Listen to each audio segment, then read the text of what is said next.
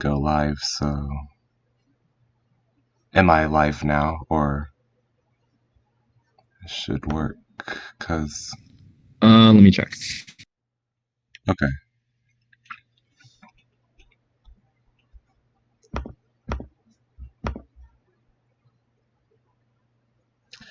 Braydon says he's going to make an effort to type and tell what he's thinking. Yeah. It still says your stream is waiting for you to start it, for me. Okay, well then I guess just needs 10 more seconds because I set it to go live.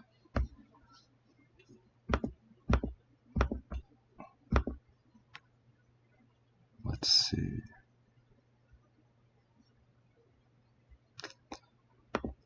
Yeah, you can just go ahead and tell them to start, I think. I think it will be fine. Yeah. Your stream is working now, so I'm Oh, gonna go. excellent. Okay.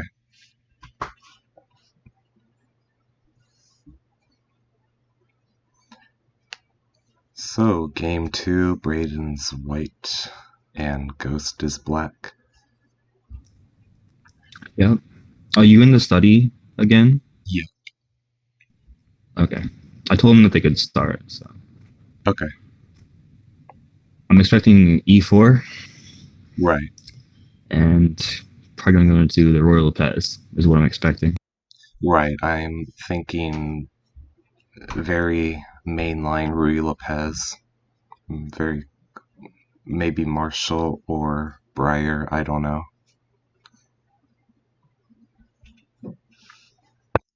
Okay, they're playing E4.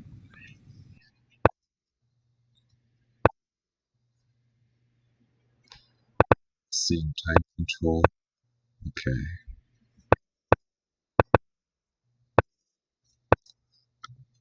Right.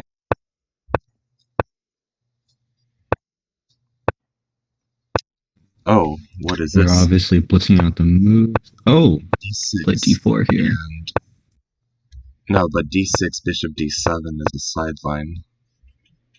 So he didn't actually go for it. I thought he would play either Marshall or Ryan. Well, this line, okay, it's should give white a slight advantage, probably, just because. I'm not familiar with any theory in the Royal Pez really, besides the absolute main line. Is this a gambit? Yeah, It because reminds me of like the Scotch gambit. no, but the problem with queen takes d4 is there's c5, and the point is that c4 traps the bishop. So instead of c3, queen knight takes, queen takes would run into c5. Bishop gets trapped. Oh yeah, I understand. And queen d5 is nothing, just c4 again. So c3 makes sense. I don't know this line actually. And he did go queen h5, that's interesting.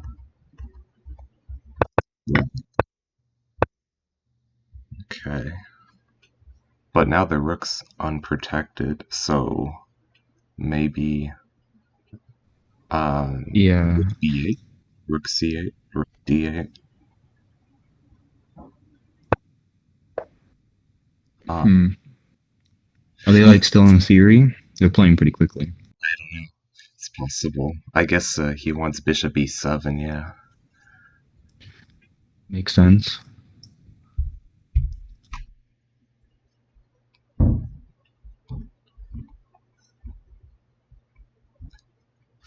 Let's see.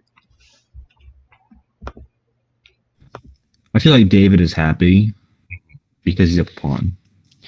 Whenever David's up a pawn, he's really happy.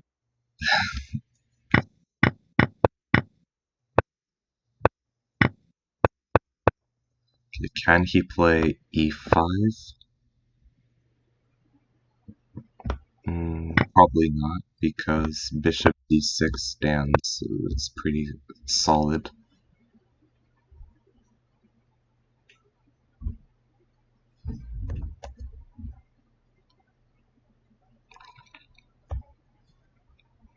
So, interesting line, I guess. Braydon writes, knight d5 looks pretty good here. After knight d5, yeah, so I would expect bishop e7. Yeah. Then what's his idea? To bishop g5 maybe? No, that runs into... Oh, this is interesting. Yeah.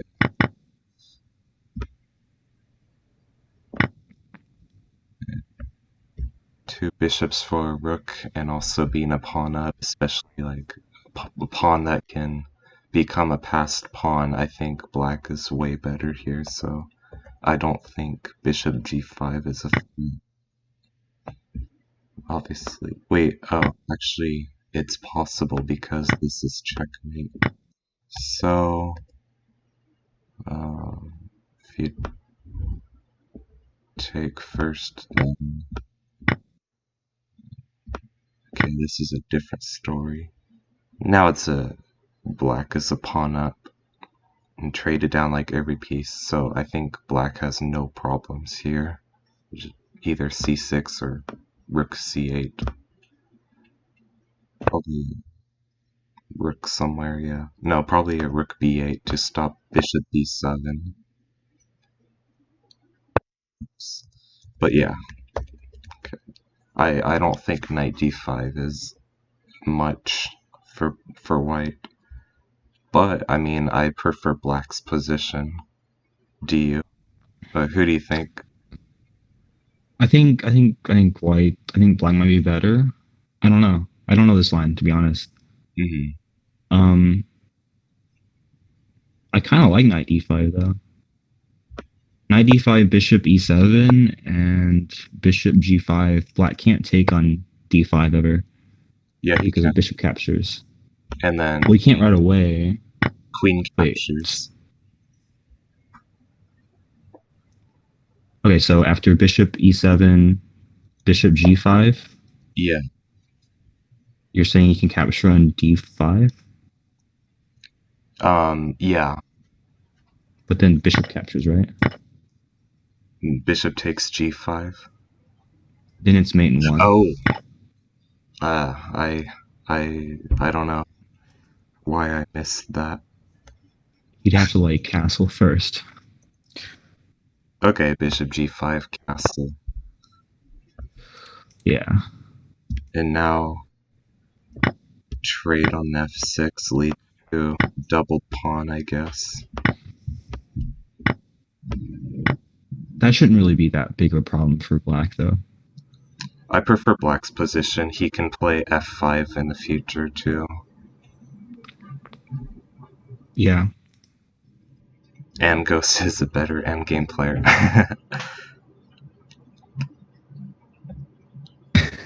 Maybe. Sure he is. I guess Braydon's last endgame kind of didn't look so good, but Right. maybe Ghost is a better endgame player. I'm not sure anymore.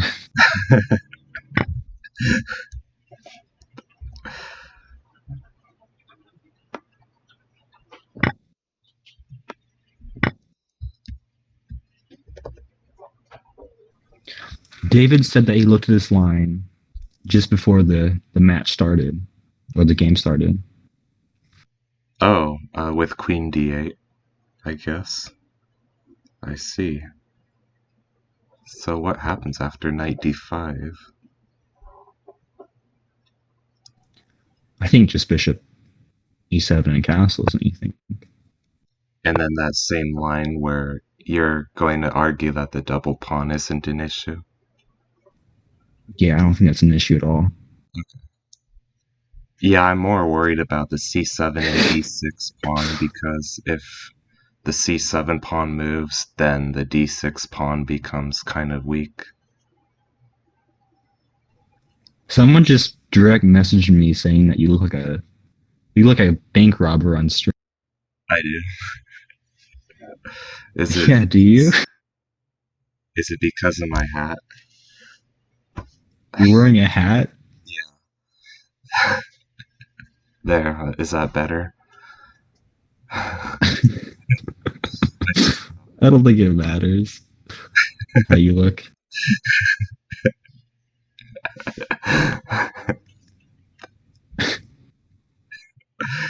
Who told you that? I mean, Alex. Alexander. Uh-huh. The Serb. Cool. Yeah. Nice. He's good.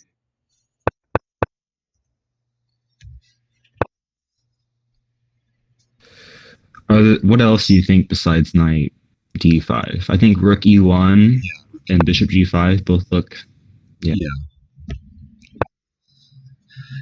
Bishop g5. Yeah, I agree. I feel Bishop. like black's response is the same no matter what white does, though. Uh-huh. Bishop b7. Yeah, maybe. Did he say that g6 is also possible here? I think he did. I'm not sure. Well, if g6 here, then I guess that's also. No, I don't think it's possible because of bishop g5, bishop g7, knight d5. Yeah. Yeah, I think it's too slow. So yeah, queen d8, of course.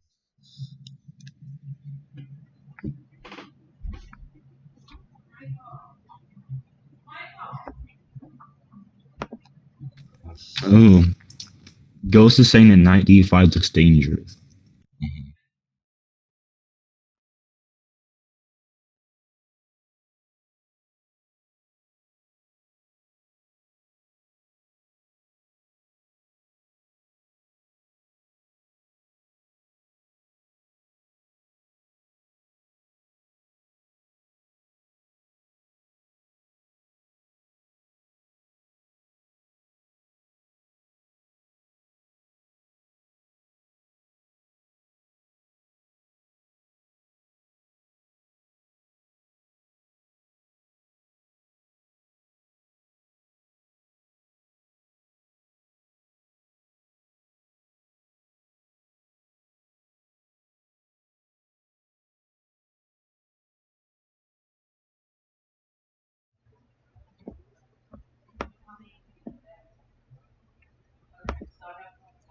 Uh, Push Pawn says queen g3 is one idea to prevent bishop e7.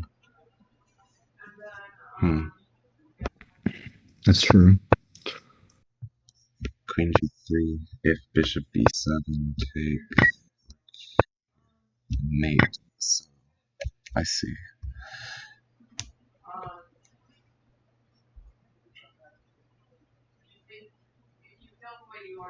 Maybe huh.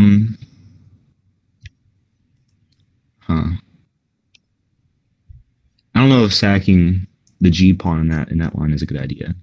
Yeah, Do f7 you? is.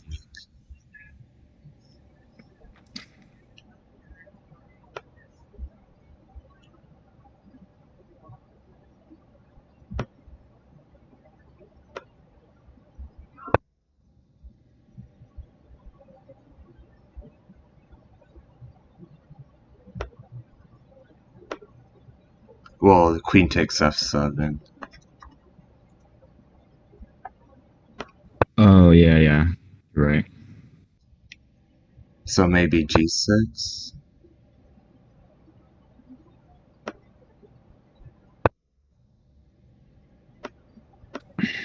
Hmm. G6 by bishop G5, bishop e7. G7, E7. You say? I like bishop e7 just because it stops knight d5. Yeah.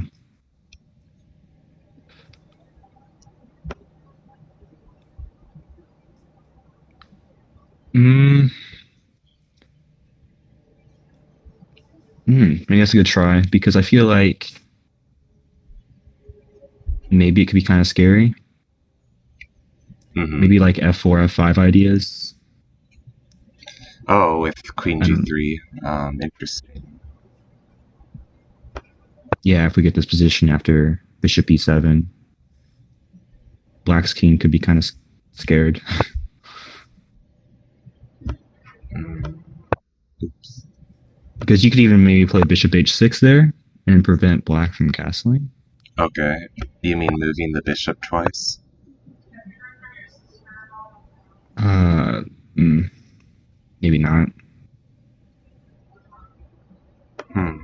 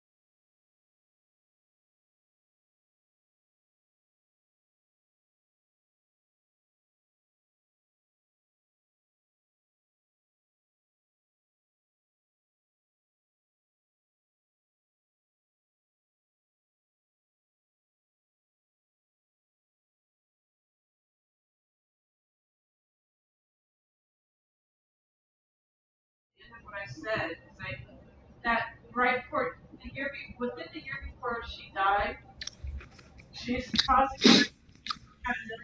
having a party over there? What? Are you having a party over there? No. Uh,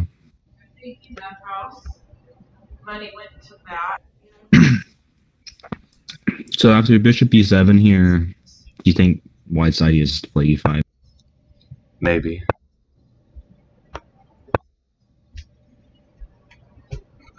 Castle. Or sorry, the f6 hand. So just take first. Yeah. I guess his idea, well, hmm.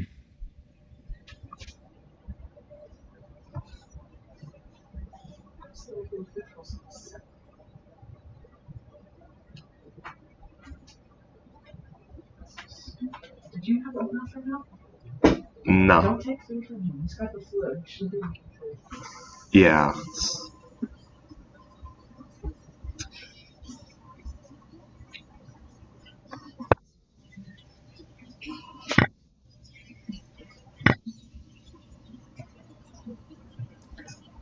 After you capture, after e5, and you capture on e5, I guess later on, rook d1 will pin the bishop to the queen. Okay. Interesting. So that's kind of like a pretty easy way to proceed as white, I guess. Uh-huh. I guess queen c8.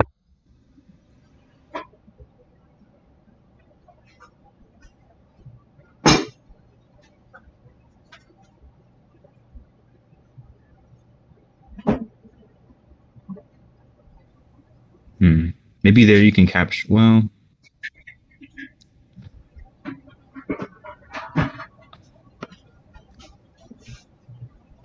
huh. Maybe you can play knight d5 there. Okay. And if captures, I guess maybe queen captures, and then the bishop. I guess bishop e6 there. I guess there's a lot of lines. I mean, knight d5 isn't the best. What about c5 right here? Or sorry, never mind. He can take e7 or f6. So then here just bishop e6. Yeah.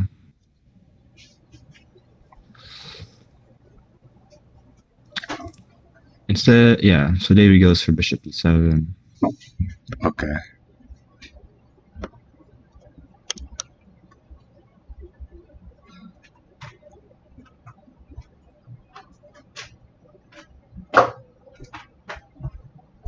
It's kind of hard to move both of the c7 and d6 pawns. Yeah.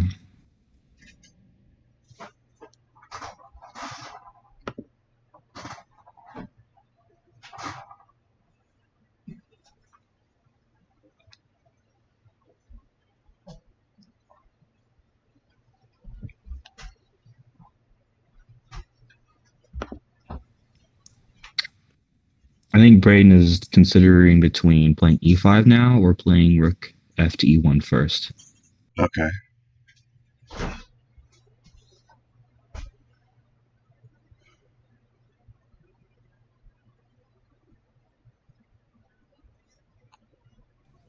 Rook f e1, castles, e5, bishop takes. It seems similar to just playing e5 now. Right. Well, he can never play rook d1 either of his rooks because of bishop g4. Yeah, you're right. He goes for e5. I mean, yeah.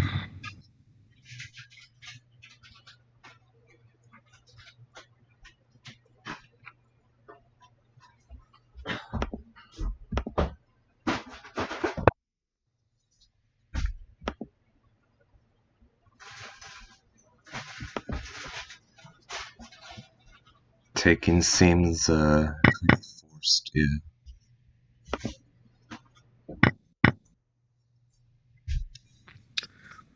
David seems pretty scared in chat already. This is probably pretty close to losing already. Looks pretty shit. I don't think Black's would do anything wrong though. Yet. Do you? Oh, I don't know.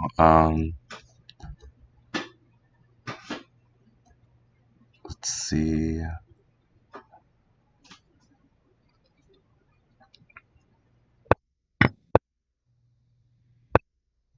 Could he have done g6 instead of queen e7? No, because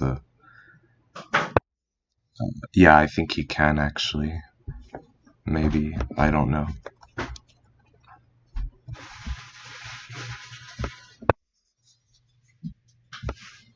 Well, first of all, queen d5 is met with bishop e6, I think. Unless there's this or something.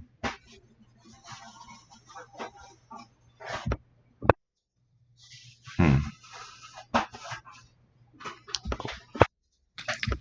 He castles.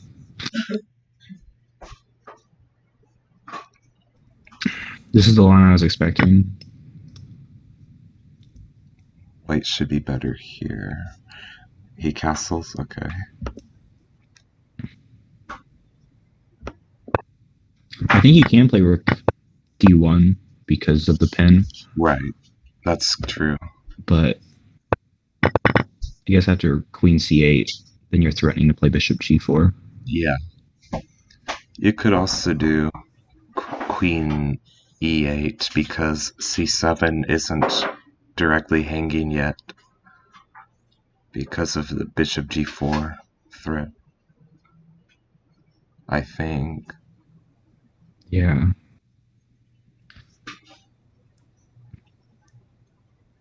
Hmm.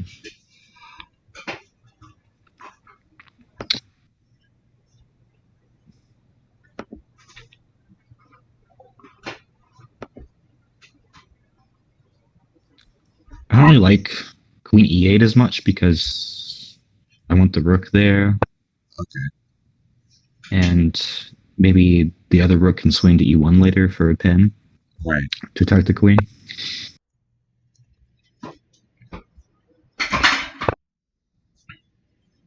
I like queen c8 too. You're gonna play c5 and c4, so black has like no structural weaknesses. Just to illustrate maybe this move, there's c5.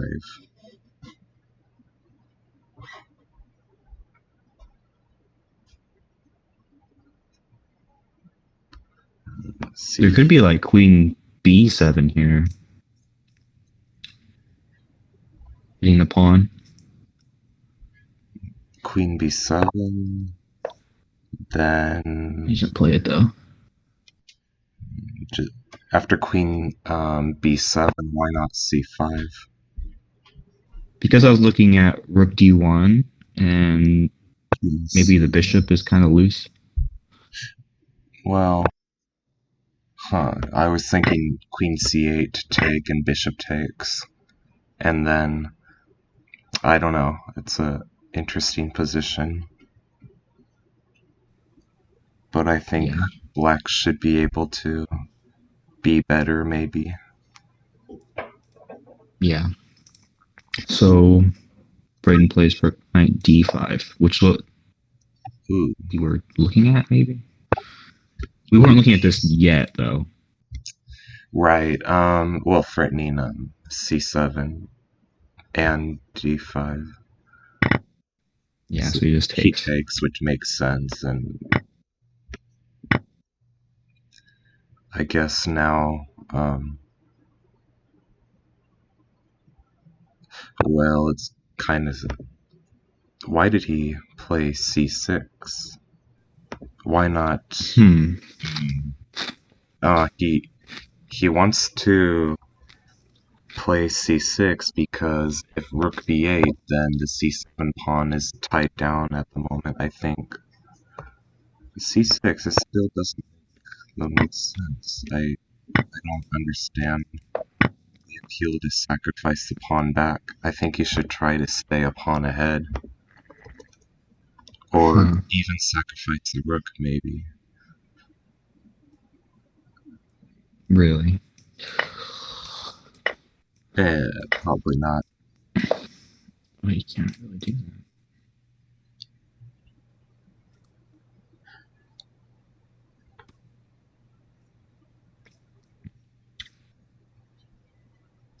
Maybe he just wants to draw. He just wants to trade everything and get a draw, maybe. I feel like Braydon is going to try to win and play bishop e4. I think maybe that's why Ghost is thinking c6. He's like, no, Braydon's not going for a draw. But okay, I mean, I guess Ghost should be happy with a draw, maybe. I'm not sure. But we already lost with the white pieces, so yeah, a draw with the black pieces should be a good thing.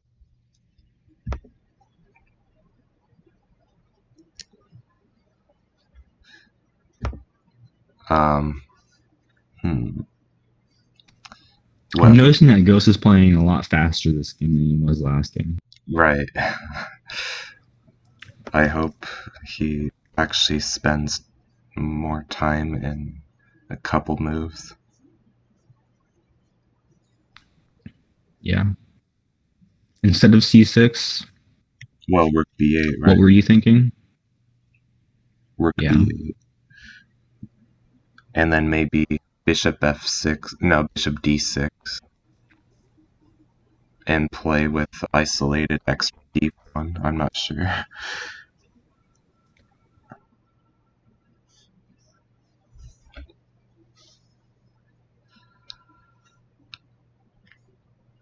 Wait, what about bishop g4? After bishop d5.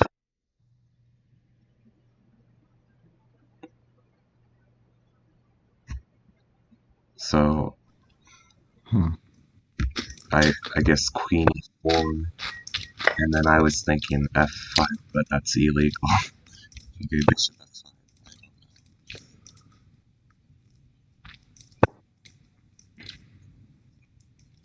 That's interesting.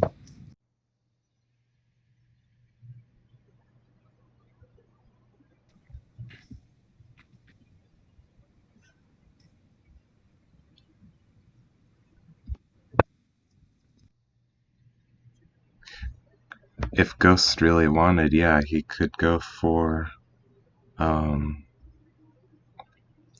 bishop g4, queen e4, bishop f5, queen f3 perpetual. Although I guess he has queen d4. No, but then maybe c5. And in that position, make progress.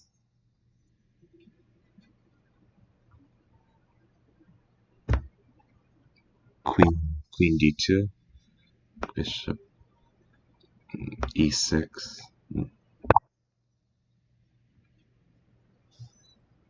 Yeah, black really should have kept the pawn, maybe. Braydon decides not to take the pawn. You know what? I think it is stronger because the c6 pawn is just too weak. But can he just play rook c8 now?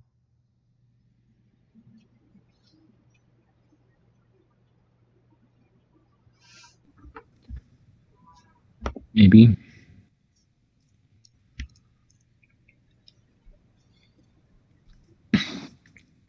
Rook c8.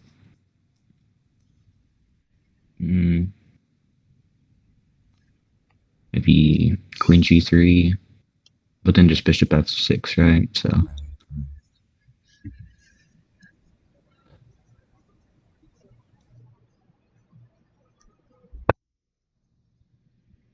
f5, wow, okay. But then bishop takes c6, right? yeah. It looks even stronger now. Yeah, Bishop takes c6. I agree. He also has, no, I think bishop c6 is best. I kind of think Ghost is just on autopilot right now. Mm-hmm.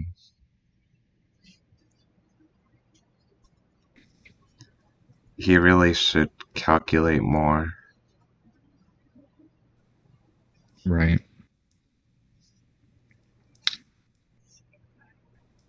I think Braydon's doing a good job of putting a lot of pressure on David. Yeah. I think that's where David might be weak. I think David's better in quieter positions sometimes, Uh-huh. where you can build a strategy pretty easily.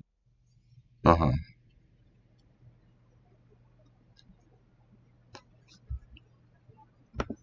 I'll be right back, like maybe 5 to 10 minutes. Yeah, I'll just leave this here and you can talk and stuff. Oh, okay. I'll just talk to myself, I guess. Okay. 5 to 10 minutes. All right, captures on c6. Makes sense. And captures.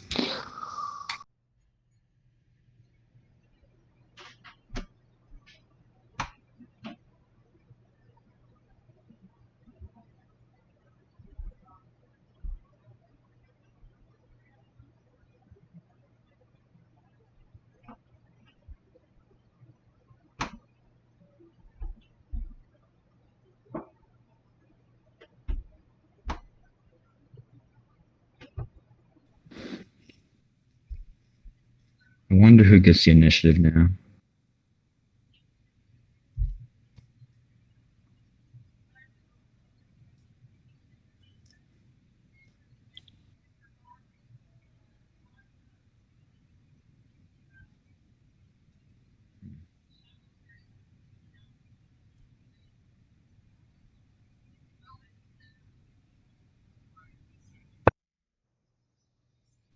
Oh, I looked at that. Bishop f6. I thought it was wrong because it's queen e6 check. And then taking on f5.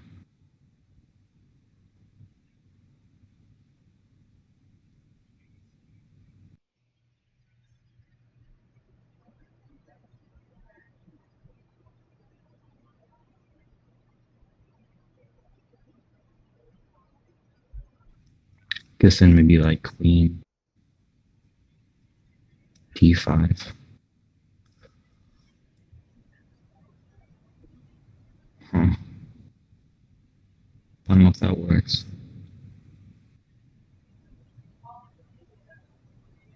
That's interesting.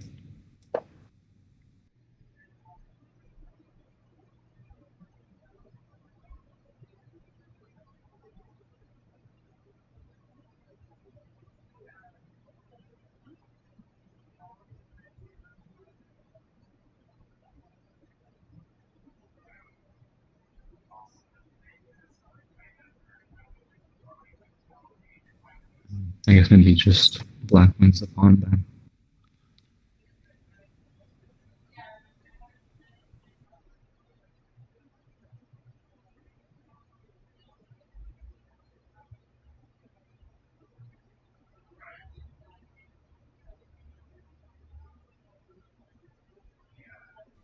Hmm.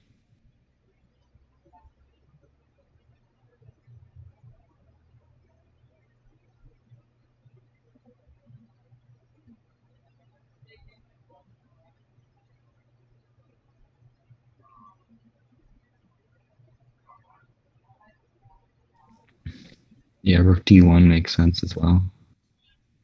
Instead of queen e6 check.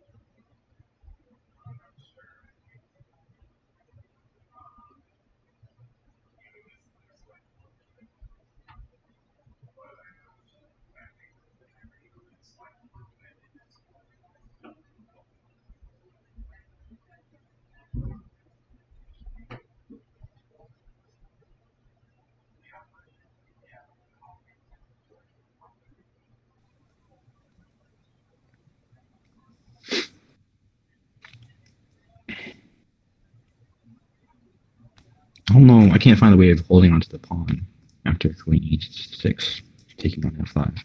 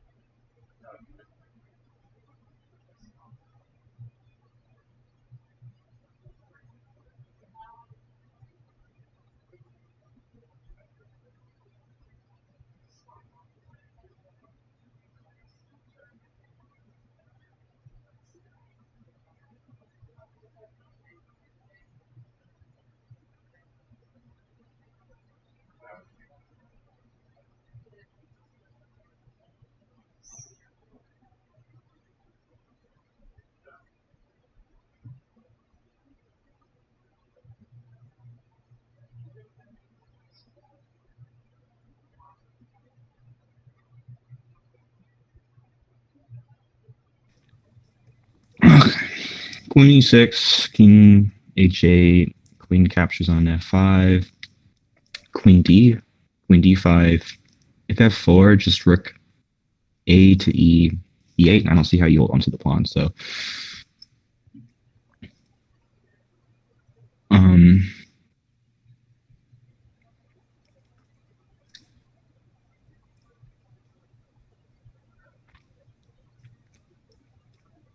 so instead I like b rook a to d1.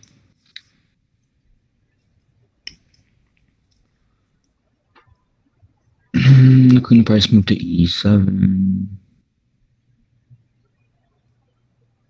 I guess capture on f6. Queen captures, or captures.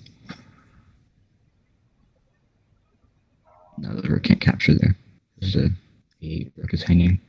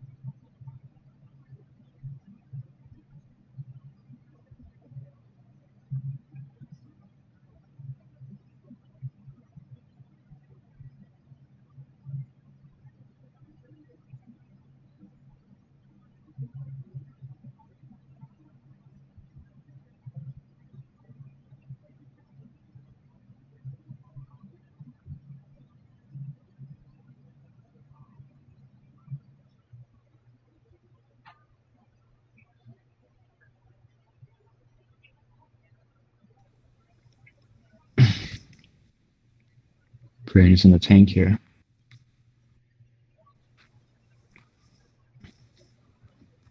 I think he's starting to realize that it's really hard to hold on to the pawn if he takes it.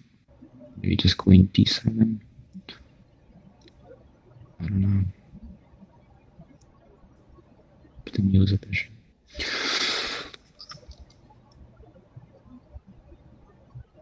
And a queen.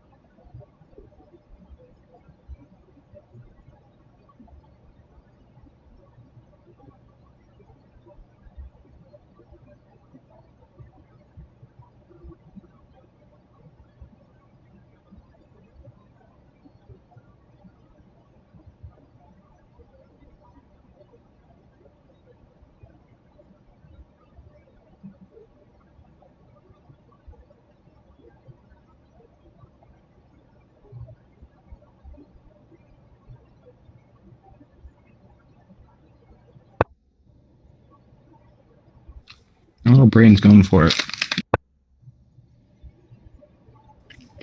Maybe. I think he has to go for it now. He's played queen e6 check.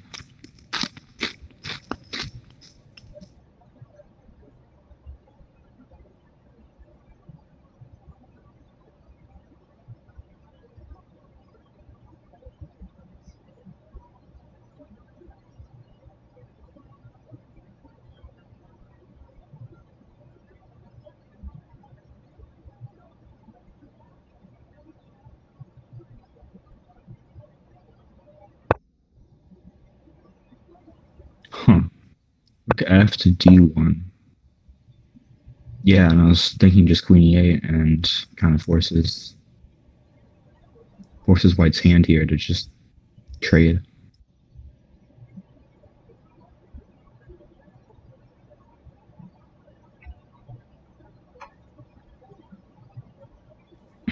I guess after the trade, maybe Rook can go to d7.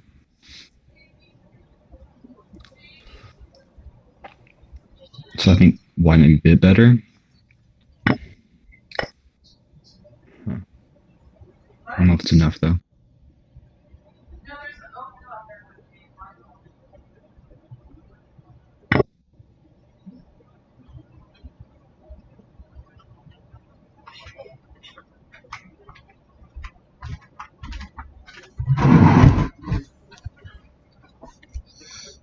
I'm back.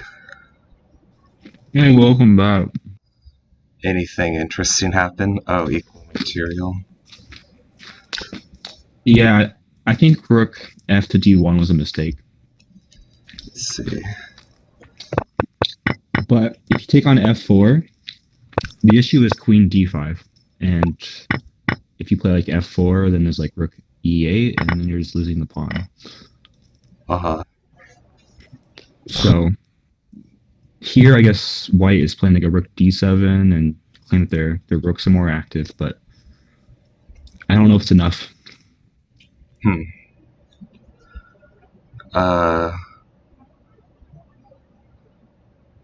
Well, in this endgame, the pawn on f5 is unpleasant and should really be on f7, something like f7, g6, h5. And then king goes to g7 and f6. Yeah.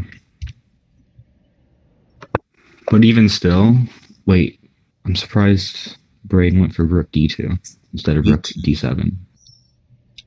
Maybe black should double now. I think Black should definitely double now. F4 is... No, it doesn't. f4 is also interesting, actually. David used barely any time. Wow. He's just so eager to draw. He just really wants that fucking draw. It looks like he might get it too. Maybe, yeah. Like I wouldn't even be surprised if they offered a draw right now. Just Right. we went from. I mean, this was a gambit line. I think Black could have probably played for more. Do you think? Yeah, definitely. For sure.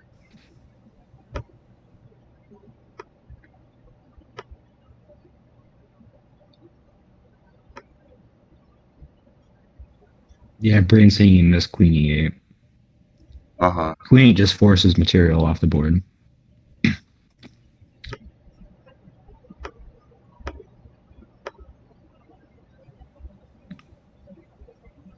Yeah.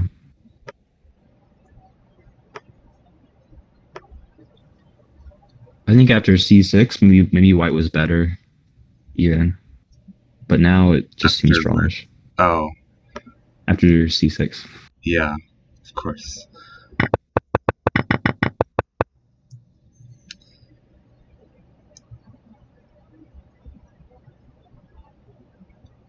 So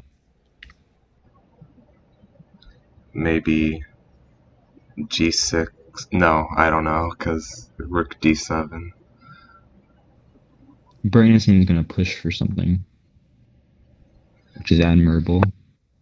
Wow, David gets tired pretty easily. what is G5? Wow. Isn't there just Rook D5 now?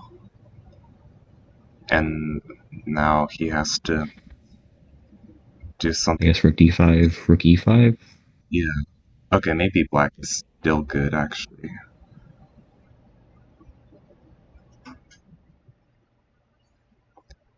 Yeah, I really want my pawns like this, like F7, G6, H5. Let's see. Yeah, it makes sense. Well, I guess David can now run his king up the board with King G7, King F6. Might be his idea.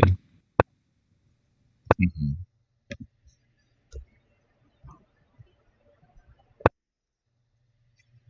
Where did you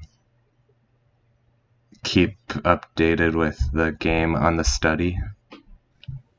No, but I can update it. Okay. I've just been following the game. Uh-huh.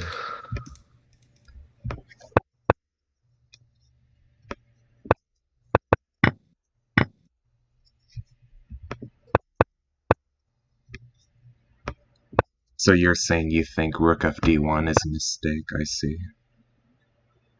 Oh, you inputted Rook A D1, but it's Rook F. Yeah, I just noticed that.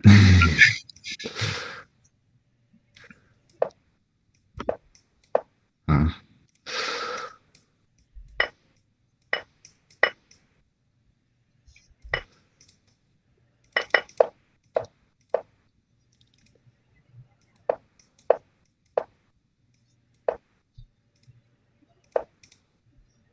All right, should be updated now. Great.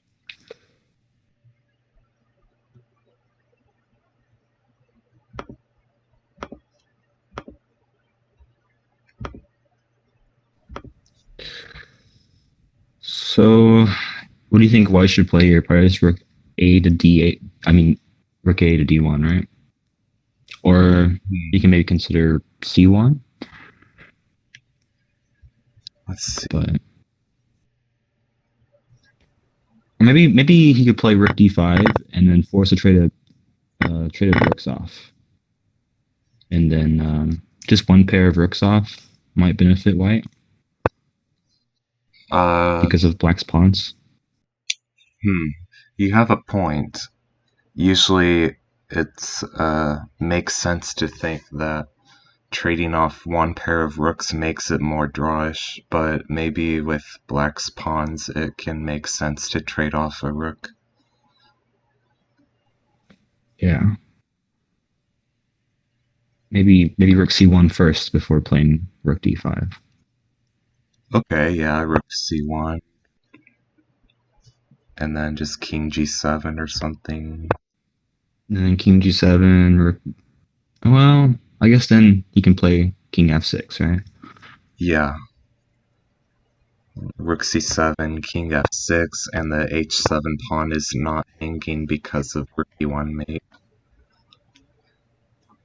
So he has to Yeah. guard his back rank somehow, like move a pawn.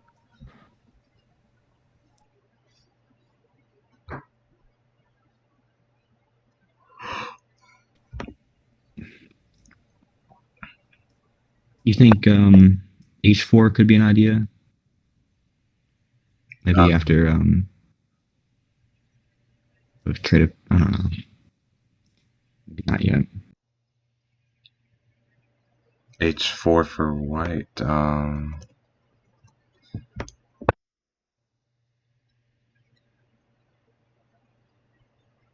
Maybe. I'm trying to find ways that white can push for something, Hmm. but it's kind of hard.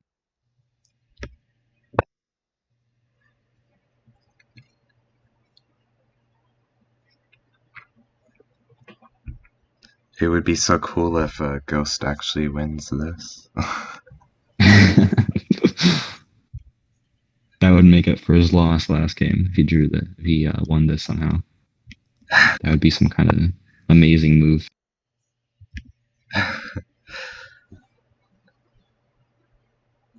King g7, right? Yeah, that makes sense. Um, yeah, I don't really know what else he could be considering.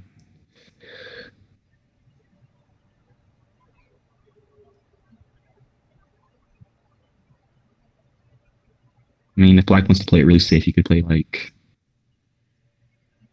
I don't know. He could play a lot of things here. Almost everything here is drawing.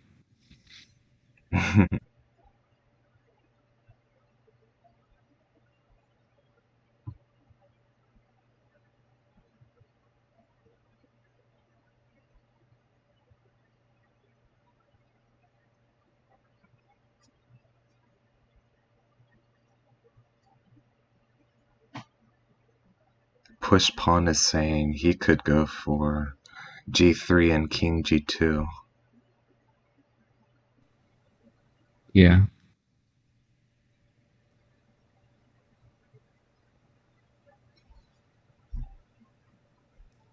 If he goes king g2, though, maybe rook e2 for Black. Hmm. I guess then maybe rook c2 or rook d1.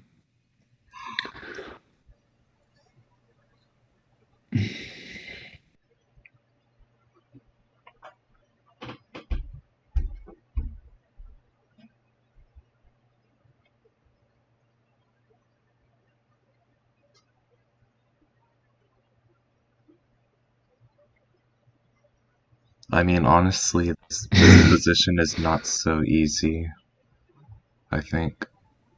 For who? For both sides, just like, seems like you have to calculate everything.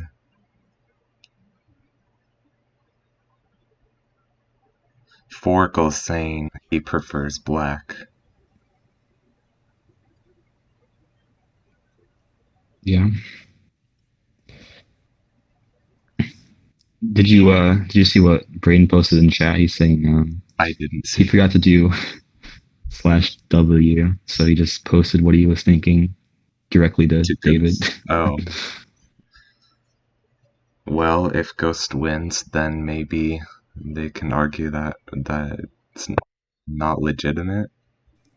I don't think Braydon No, would care that much, though. no, I was just talking about basic stuff, anyways. Okay.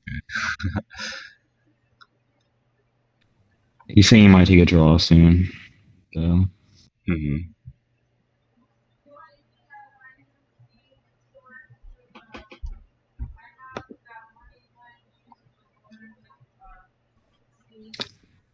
kind of an easy draw for David this game. Yeah. Maybe White didn't do the best job, especially allowing Queen E8, just simplifying everything. Right. He was saying he saw queen e7. Is the point just that he trades on e7 and then bishop takes and then rook d7, I guess? I'm not sure.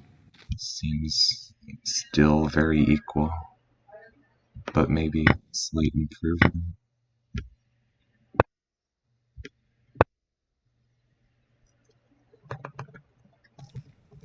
I was thinking on move, what was that? Yeah, on move 20 after bishop f6. Instead of playing queen e6 check, just playing rook a to d1 makes more sense to me.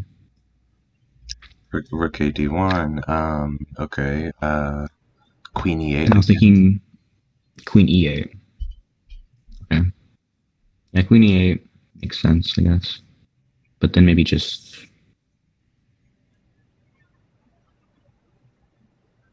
Queen d5. well, at least here you can keep pieces on and play like Right. queen d5 check, and I don't know.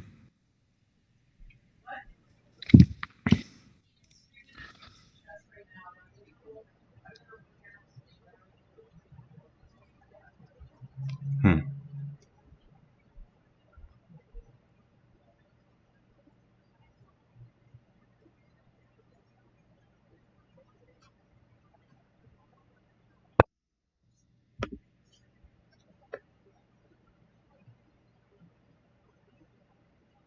Okay, well, king f6. No, sorry, he used the. Yeah, king g6. Because, like you said, probably trading rooks might help white a little bit.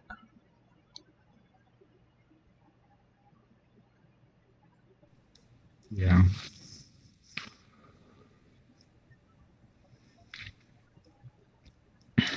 Rook d7, king g6, g3.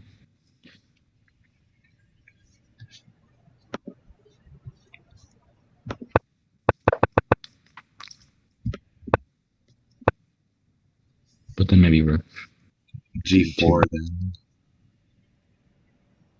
Really? Well, What about rook e2 instead of g4? rook e2 can also be played first. But then maybe rook c6, rook d6. I'm not sure. Yeah. Maybe it's pretty good for black. But my idea with g4 is just to freeze all the pawns for white's pawns. And then black wants like king, no, like h5 and then h4 and maybe h3 next. Having pawn here would be really good if f5 is not weakened.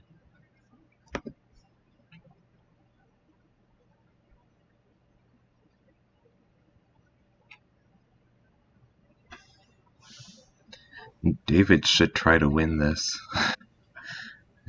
So Yeah, here you're, or g4 maybe. yeah, g4 looks good too. Mhm.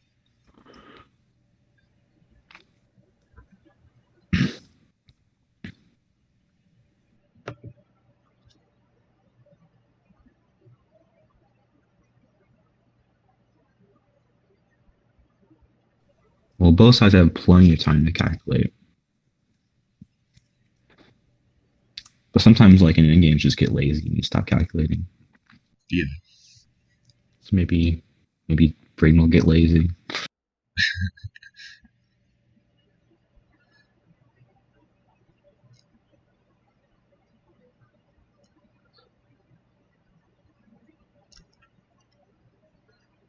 Rook e2. If rook b1, then I guess rook c2, right? Yeah. If he plays g4, maybe white has time to connect the rooks. That's true. So maybe you should go rook e2 now. It's interesting. So rook e2, rook c7 maybe is interesting. Yeah. There's a lot of interesting lines. Even just rook d6 check. And you're winning the a6 pawn if you want it.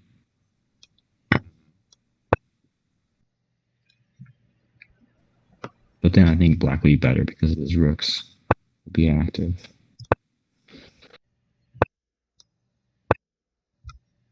I saw a line where white wins a full rook. The How? 30 rook c7 after rook e2, and then rook takes b2, rook g7, king h5, rook h7, king g4, h3, king f3, rook c3, king e4, and rook e3. Therefore, king h5 is impossible.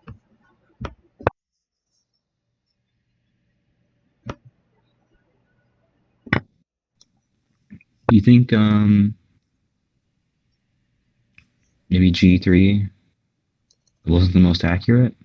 No, not really. It's hard to suggest, though, because I don't know. Maybe G3 might be. I don't know. Maybe first play rook to I was D2. thinking,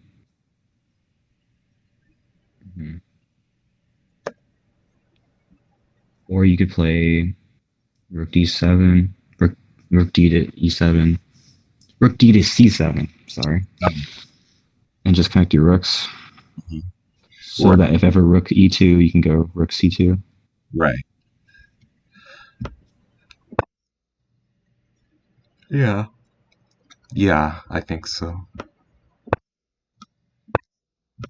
But you also have rook D6 in this case. G3 here.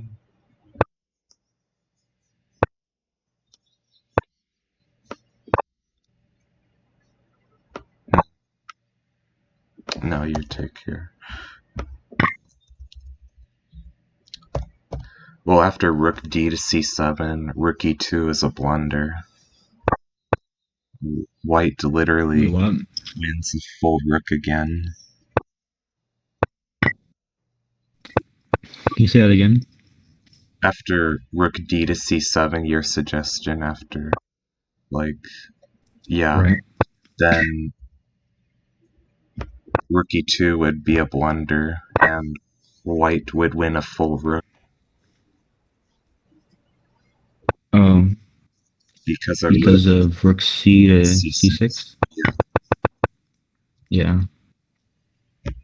Wait, but maybe black Check. has intermezzo, rook E1, king Check. G2. Yeah, but then black is like almost mated here. Let's see. Rook F6. And the threat is H3 checkmate. So Check.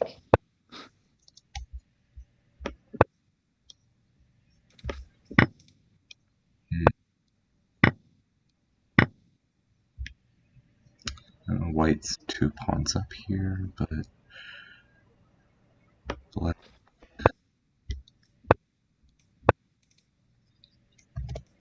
Check. should win for white.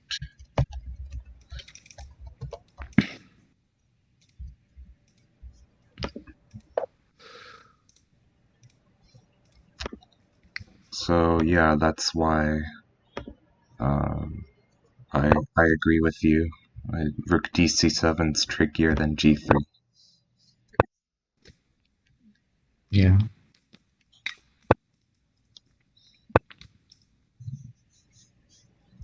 But maybe now if rook e2 now, I can still play rook c6 check. I thought that just now because Check. Check.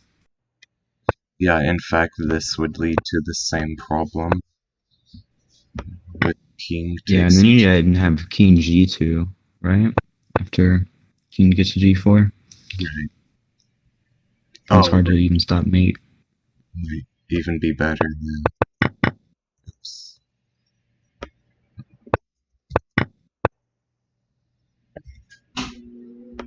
Yeah, I agree. So maybe just rook e2 is not a good move here. Yeah, not a So good. maybe g4. Yeah, g4 maybe. It's just you're going to play h5, h4, maybe also with f4.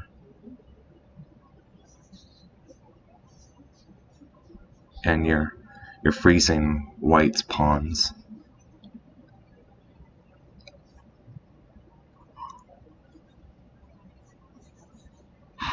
Go's saying he's looking at h5, rook c7, and f4. h5 now, rook c7, f4. Wait, which rook to c7? I guess the d rook? Or c rook, I mean. Yeah, I assume the c rook. Mm-hmm.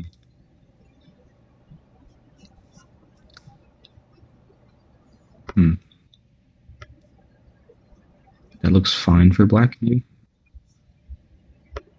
B.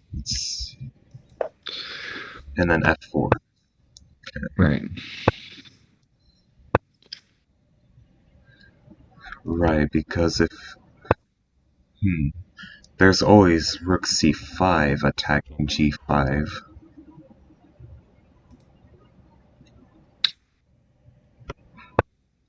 But, let's see. No, just... Check.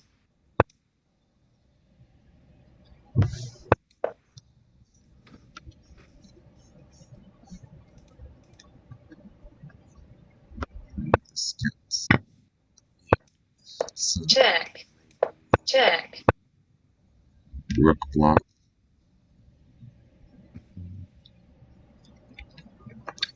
After a trade, Check. I'm taking, well, What line are you looking at? I'm looking at David's line after f f4, Right. rook g7, king f5, and then rook c5 check. But then That's just what rook I blocks on. looked at too. Yeah, just rook e5, right? Or can you do king e4 even? King e4 Oh wow, is adventurous. does that look better? Check. I'm not sure. Maybe it leads to the same thing after rook. But then you lose the g5 pawn, right? Rook c takes g5 might be a blunder because of king f3, and now white has no checks and he's getting checkmated on e1. So that's pretty. But he has rook g takes g5, Right. and it's a different story. So, but maybe you can play f3 here. Like f3, it gets. I don't know if I like this for black though, because you're losing your h5 pawn, and you have a lot of checks in the position as white. Right. But you do have to go back to the first rank. But yeah, he's got like extra couple pawns. Yeah, he can start running his pawns on the board. Maybe.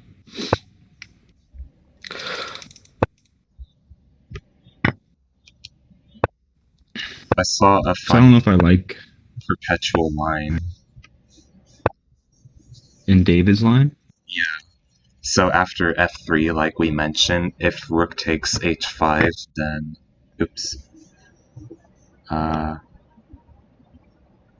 Yeah, if rook takes h5, then king d3, rook c1, king d2, rook b1, king c2, rook a1, king takes b2, rook d1, king c2, rook a1. Perpetual. Yeah. Wait, but he can always just connect the rooks again, so... Yeah, it's nothing.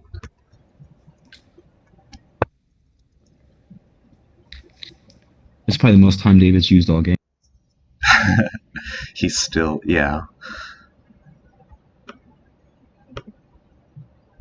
He's probably trying to tire Braydon out. You think so? Maybe. I think Braydon has more stamina because he plays a lot of OTB. And he's a kickboxer too. Right. Wow, he goes for it. He goes for it. Rook c to c7.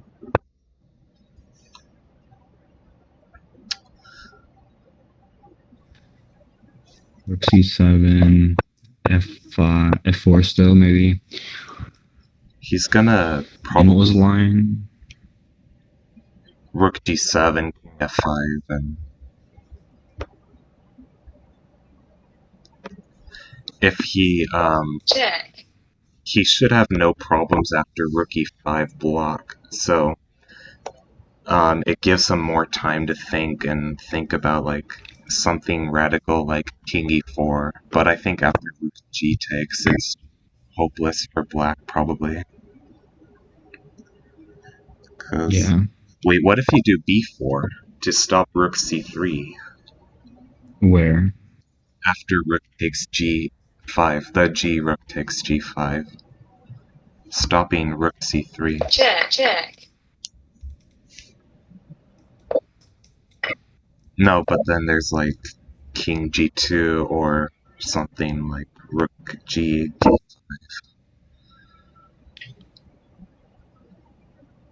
Wow, that's annoying for black.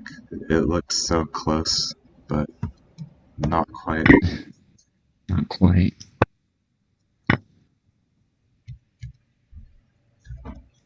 Maybe something besides f4, I'm not sure.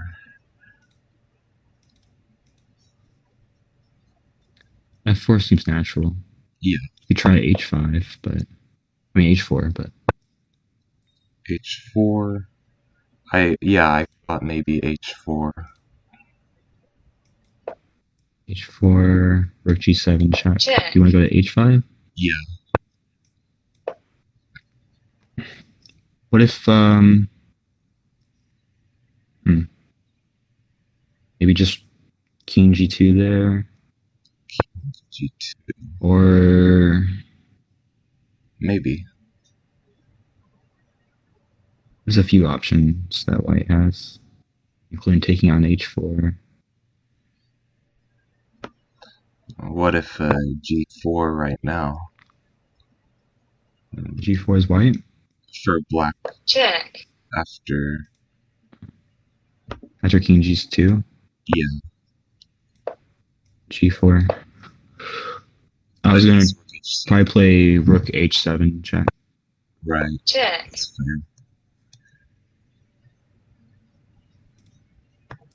You can play like.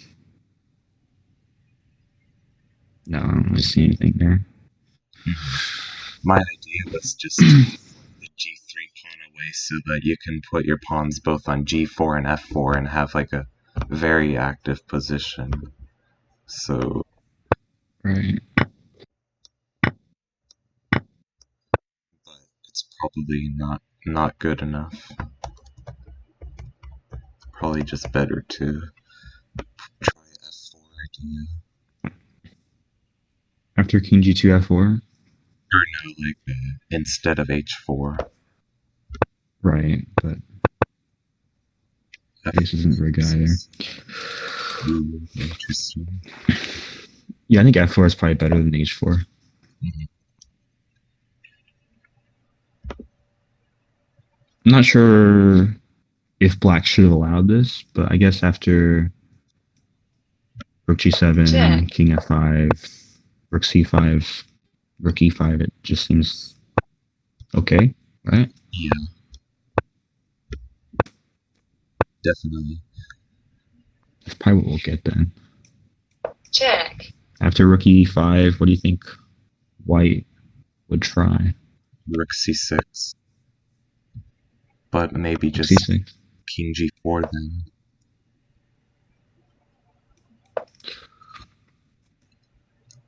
He'll probably take, actually, and just try to... I'm not sure. But I also Check. like black here a little bit better. Because pawns, there's just more pressure for white. I kind of like white. After rook takes on e5, rook takes on e5, rook f7 check. Check. Then king King g4. I was thinking king g2. g takes on f4. King takes on, or g takes f. I mean, g takes on f4. Yeah. Why not king g2? I see, like, struggling for black here because h3 is threatening checkmate. So you have to do like h4, but then after h3, king h5, you win the f4 pawn. Wait, after king g4, you want to play king g2? Yeah. And then... So h4 is like Okay. forced. You mean... Yeah, it's forced. f3? Wait, f3, rook takes f3? Right, so what do you think black should play after king g2? h4. But then h3 wins a pawn for white. Right.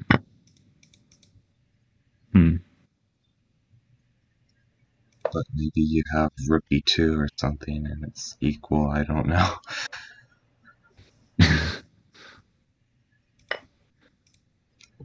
David plays rook g8 instead of f4.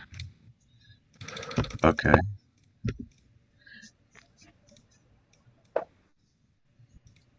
Braydon saying, please play rook e1, king b2, rook b1. Well, that's like stupid for black. Maybe draw, I don't know.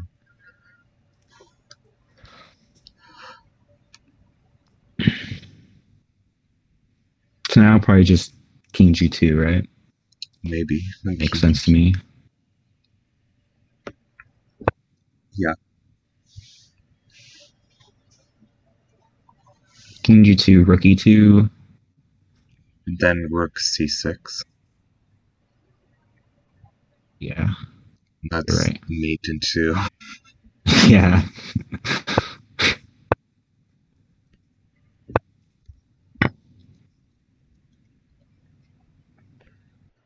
So maybe h4 or f4.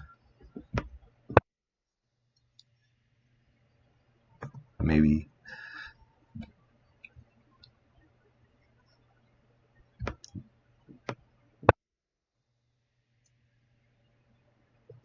f4.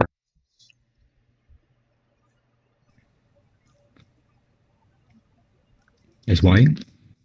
For black Or... after king g2. Oh. Yeah, that makes sense.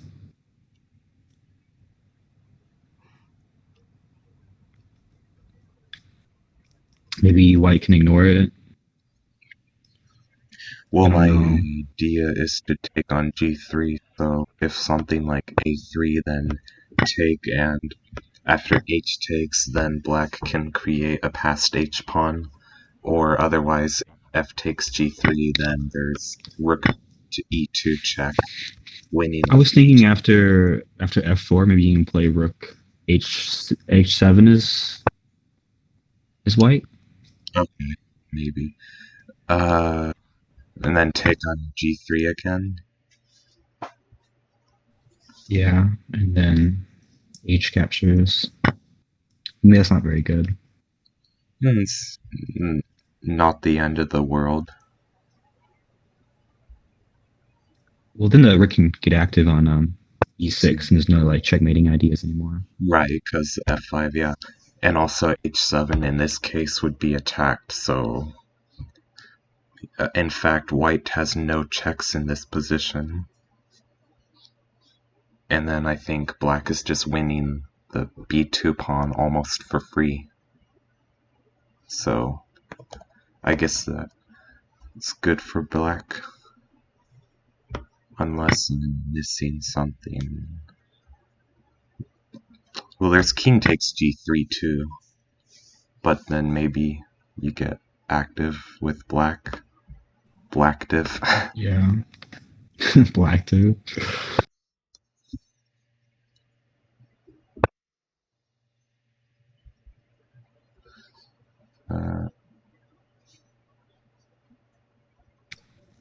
So I think black has more pressure right now. Yeah. Oh, he goes for king g2? Okay. Yeah. Okay, if Braydon wins somehow, then we can say that Ghost is a worse endgame player. Deal.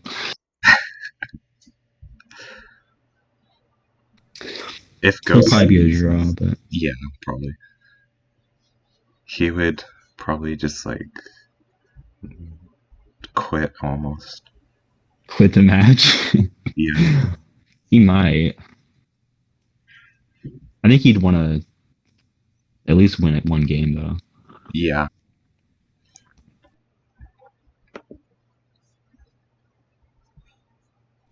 So after f4, what about h4? Oh. h4.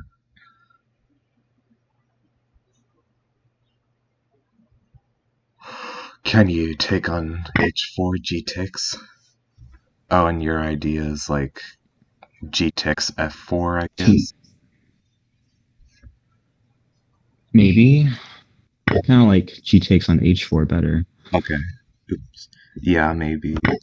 I thought after this I can just go king f5 check, but maybe You mean king f6? Oh, king f5.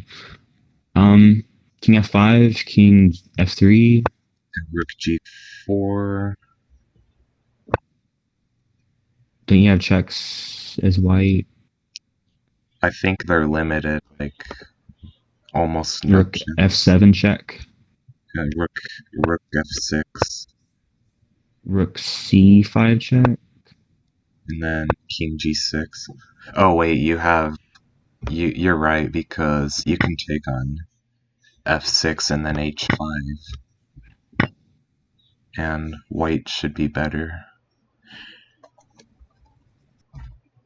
Yup. I agree.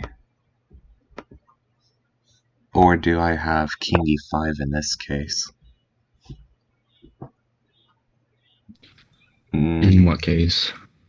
Instead of rook f6. Oh, you have rook c5 again. Right. Maybe you can play, well, rook g6 doesn't look very good. Yeah, Because of just rook g7 check, maybe. right. Or, yeah. That could be tricky. Yeah.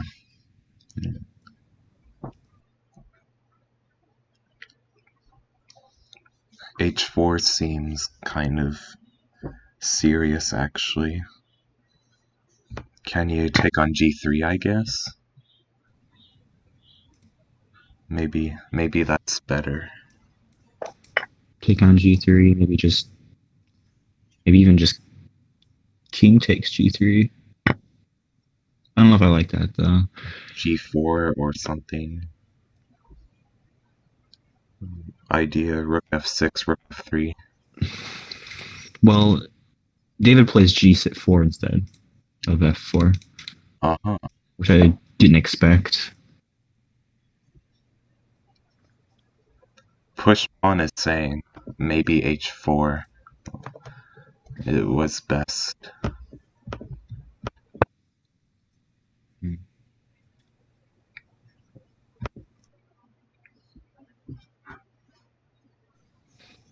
G4 seems fine too. Mm-hmm. What do you do as white here? You could try h3. You could try something like that, but It kind of seems like a Zugzwang almost. I kind of think white's rooks should be doubled vertically instead of horizontally here. So Interesting. maybe rook c5 or rook c2 or something. Rook c2 might be good. Just stopping rook e2. Okay, yeah. Then h4, I guess. Okay, then rook d, or maybe rook c d2. h3. Oh, h3. Yeah.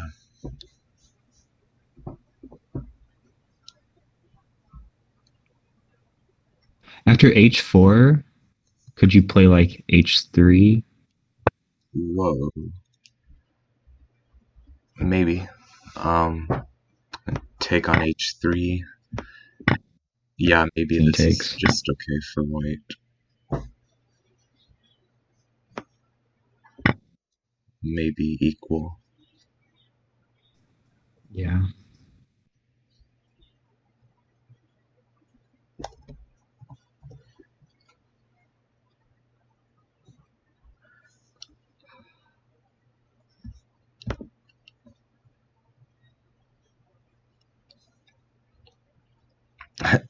Ghost is saying h4 also looks bad. I think he means for himself, right?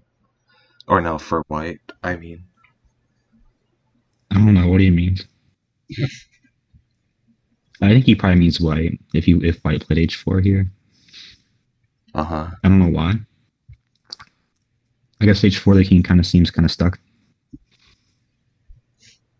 Yeah, he can just kind of ignore it.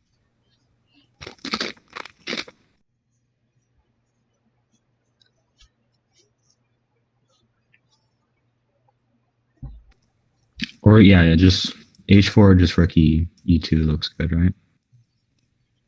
Rook e2, then isn't there rook c6 check? Yeah, but then that's mating, right? Yeah.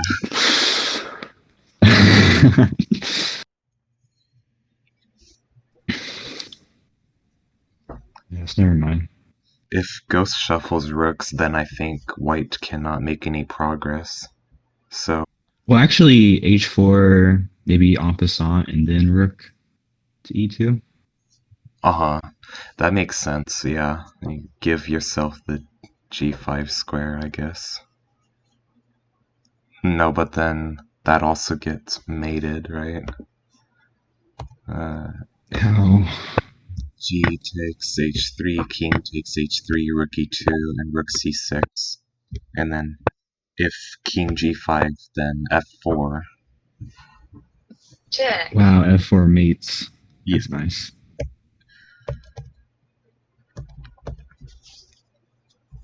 After h4, I just want to play rook f6 and f4.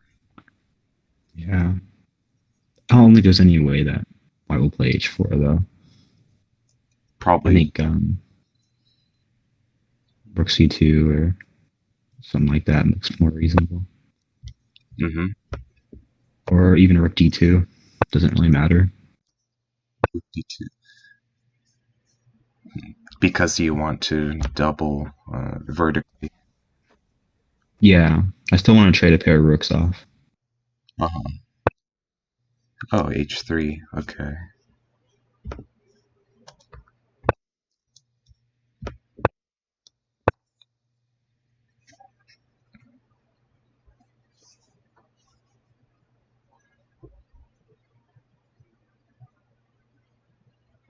Maybe. Mm,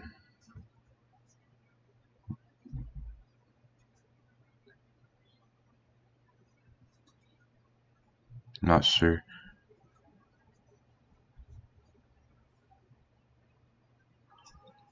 Rook f6.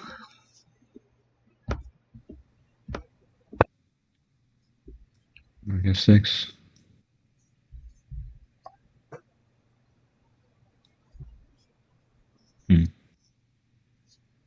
And if h4, then f4.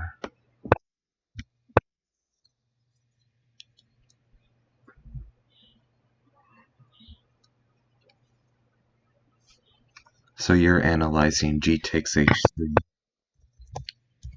Yeah, I stopped analyzing that though because of the same mating thing. But Same idea.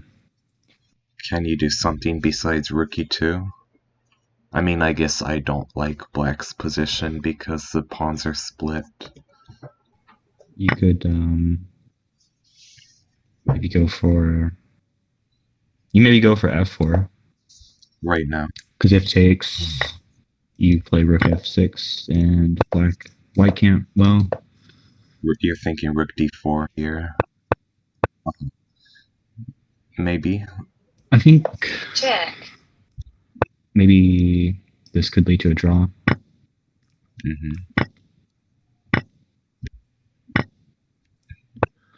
Maybe white's a bit better. So That would be pretty miserable to grind, I think. White could even win this. yeah, But yeah, f4, king g4, and he can create something like a Philidor position for black, but then white could try to collect the pawns in the meantime. The remaining. yeah, doesn't look very good. So he does go rook f6. Okay. Yeah, looks logical. Kind of interesting. Braydon says, please do gh3 and rook e2. Yeah. I think here maybe rook d4. Is your Just stopping f4. My idea is to still double on the d file, but maybe rook f4 is an idea too. I see. Rook f6, h4. If you do f4, then I think there's a small problem with g takes f4, rook takes f4, rook d6, rook f6. Take, and rook c6. And you're winning the a6 pawn. After h4, f4, takes, then what? Rook d6. And then, yeah, rook f6. And then you want to pawn on a6? Yeah.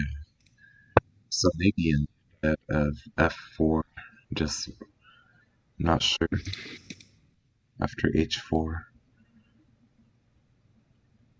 You could, no, you can't do that. What do you think Braydon will play here? h4. You think he'll play h4? Yeah. Because black is actually in like a weird Zugzwang now. He can only shuffle f rook or play rook dfa, in which case rook gets mated. Yeah, it's weird. f4 seems so natural. Yeah. f4 takes. Maybe you could, I don't know.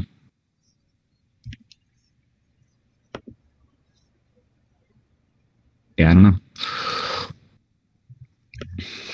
If you don't play f4, it's hard to find a move. Yeah.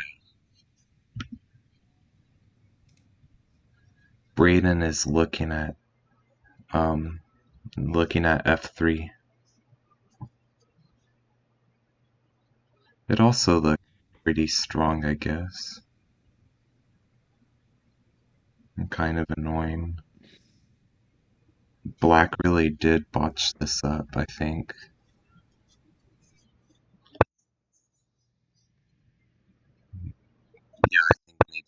f4 is like a critical error.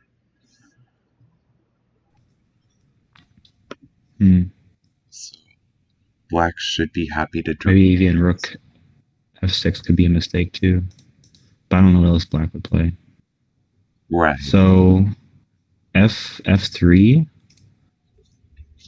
and then g takes f3. Check. King takes f3.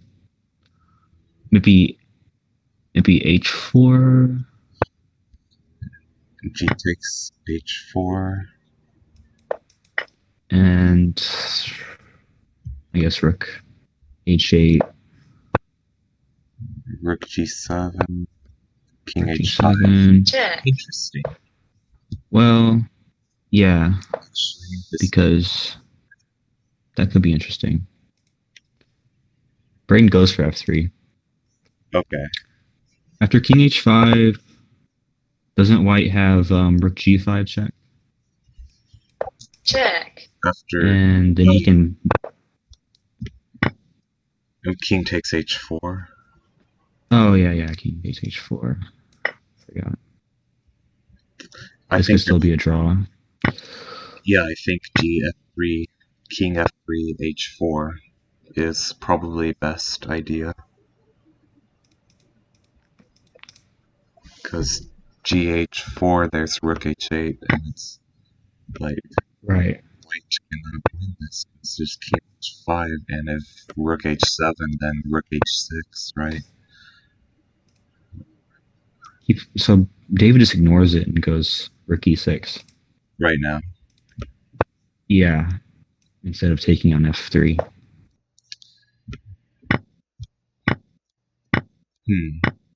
Looks interesting.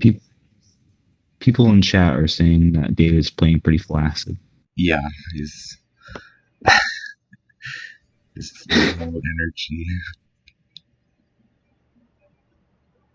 Wait, but if one nice feature is just that there's no second rank defense anymore. So maybe he That's can true. play double. I'm not sure. It's hard to. Yeah, rook e6, like rook e2 is coming, but so is rook c6.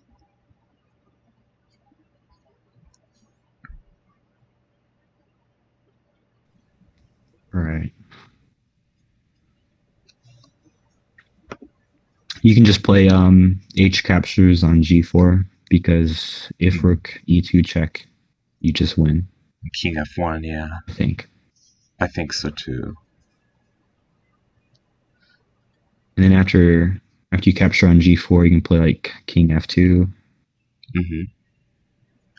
But then maybe there's like rook comes to f8 or something. Classical Ryadad thinks this is winning for black, like intuitively. Yeah, I mean, second rank is open. It's like if the king can escape a checks, then I think black is better. Because black could try to occupy second and first rank.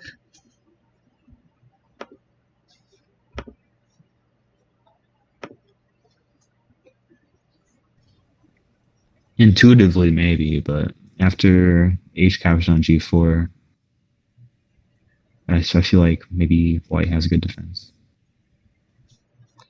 After hd4. Yeah. And so black would play maybe hg4 or fg4 maybe. fg4. No, but then f4 is coming. Or is it? No, I think f4 is just gets hurt by rook e2. So king f2 first. Okay. Yeah. And now if you play like rook f8, then f4. Yeah. Right. You can take on f3 though, maybe. And then if king takes, then there's rook f8, Rook f8. Check. followed by That could rook be e2. annoying. But both sides have check. Rook e2 after king g2, Check. king h3. Maybe. Can you take the pawn? Yeah, I think so. Because your king's going to run. Rook c6 check. Check. Well, King first of all, there's rook f3. f6, I guess. Right. But maybe there's rook d6. Wow.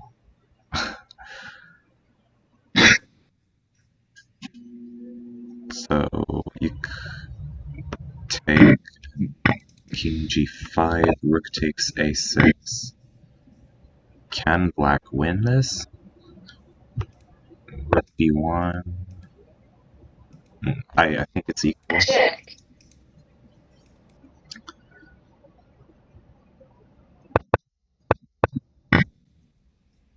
Braydon does go for this. H captures on g4. Okay. So I like f takes. Yeah, I like f takes too.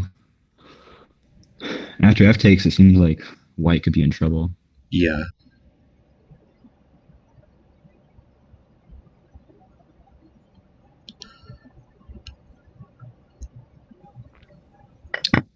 He takes with the h pawn.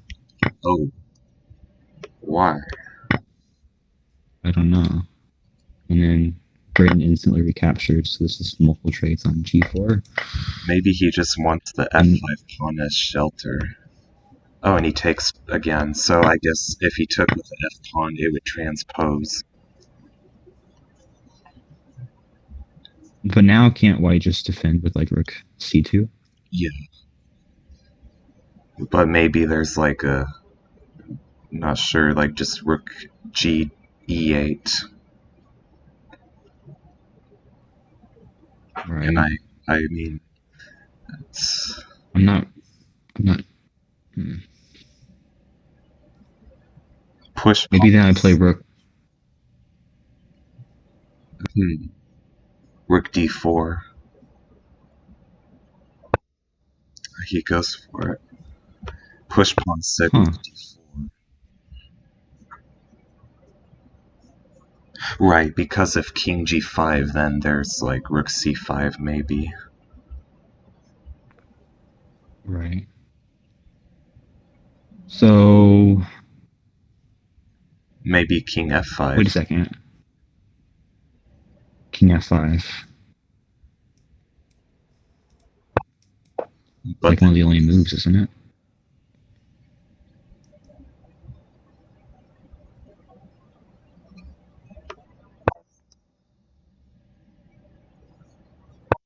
This might be bad for black. yeah,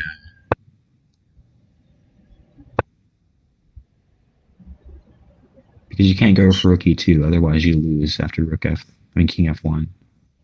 uh-huh. I guess you can go back, but then you're still worse. So.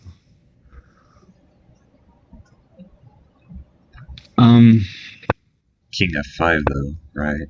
Or king f6. King f5, then well, he has a lot of checks, but like rook f4.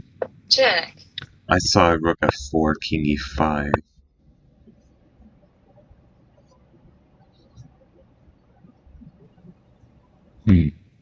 But then it seems like black's pressure is just gone, and you can start playing actively with white, like maybe rook c2 or maybe even rook d7, trying to go rook d4.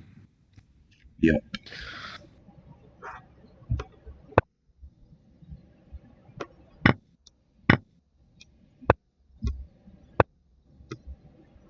Yep.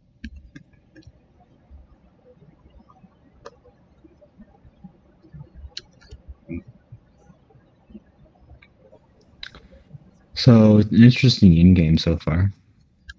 What about king h5? h5. Yep. Then rook c5 check. Rook And G5. after, if rook g5, it's going to give up the pawn. I don't think so.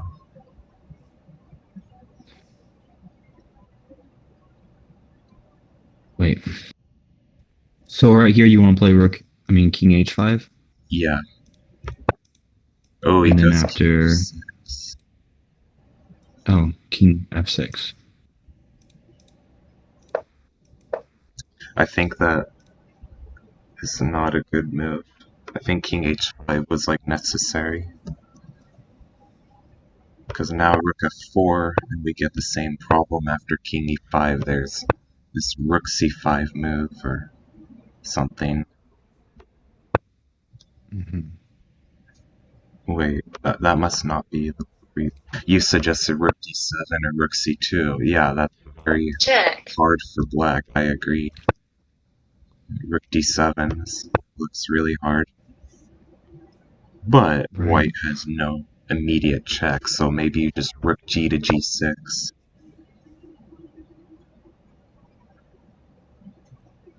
If rook g to g6, I can play rook d4.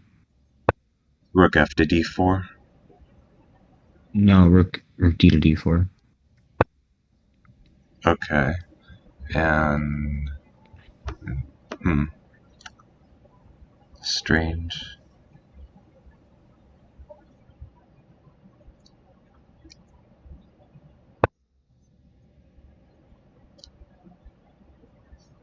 So I guess rook to d6. Yeah, I like rook d6. So oh, push pawn is saying after king h5 he thought rook h7 was strong. Maybe. Oh, that's true. Didn't even look at that check. He could go back to g6 though. Yeah, but then you play. Rook Then h4. you play rook. Yeah, rook h4. That's not good. What about just rook h6?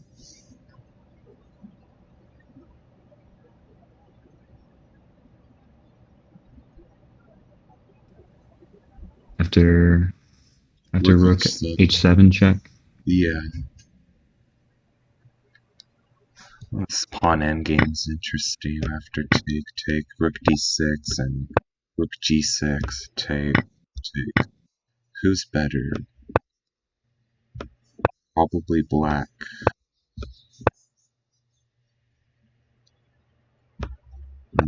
Not sure. I think it's funny that after rook d7, black's king can't move at all, and he's kind of paralyzed. Uh-huh. You could probably even start activating your king as white if you wanted to. Yeah.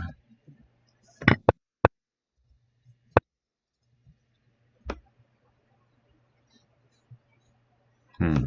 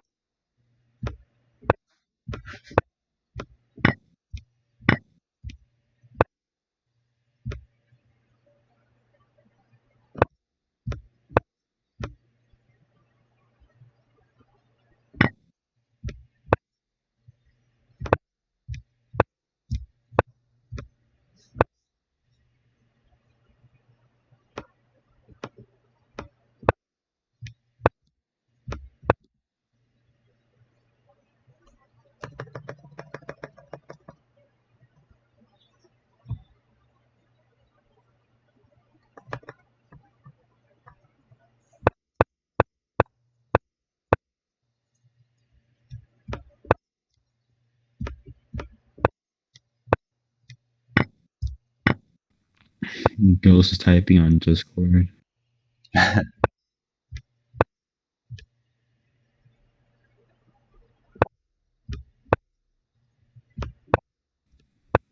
It's just casually talking. Plenty of time on his clock still. 51 minutes. Over half his time left.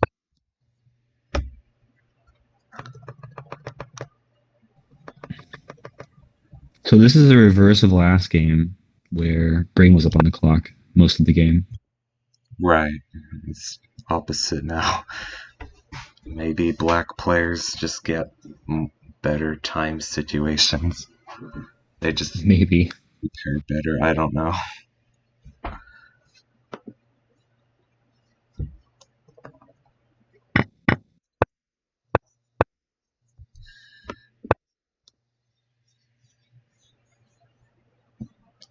If Braydon can get rook to d7 and rook to d4, then this is going to be very hard for black to hold. That's what push pawn said. Right. Rook d7, can black play rook d6? Maybe.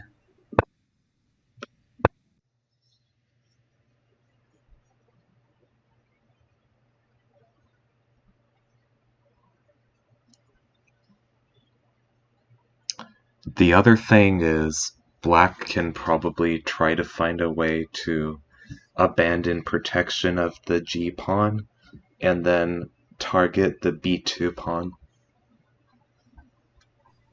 That's true.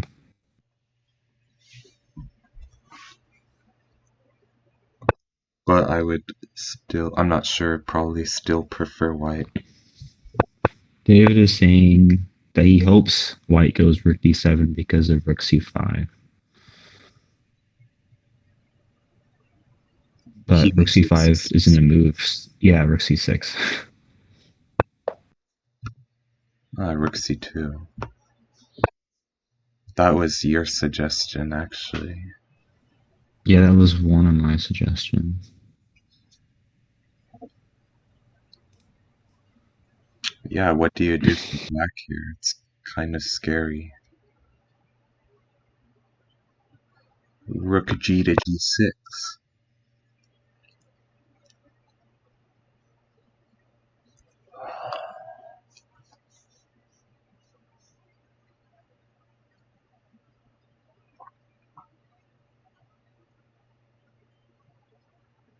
And then maybe rook d2.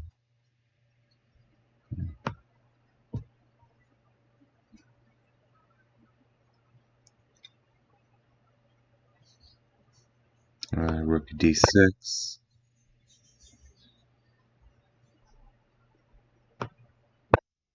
Rook d5.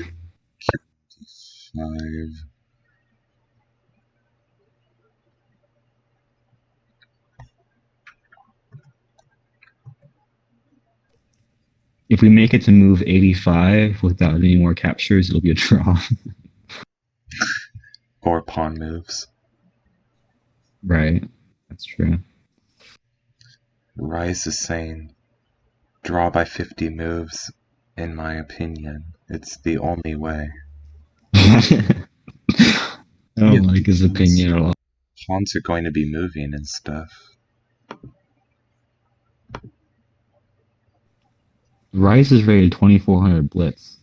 Yeah. 2500 bullet. Who cares about bullet?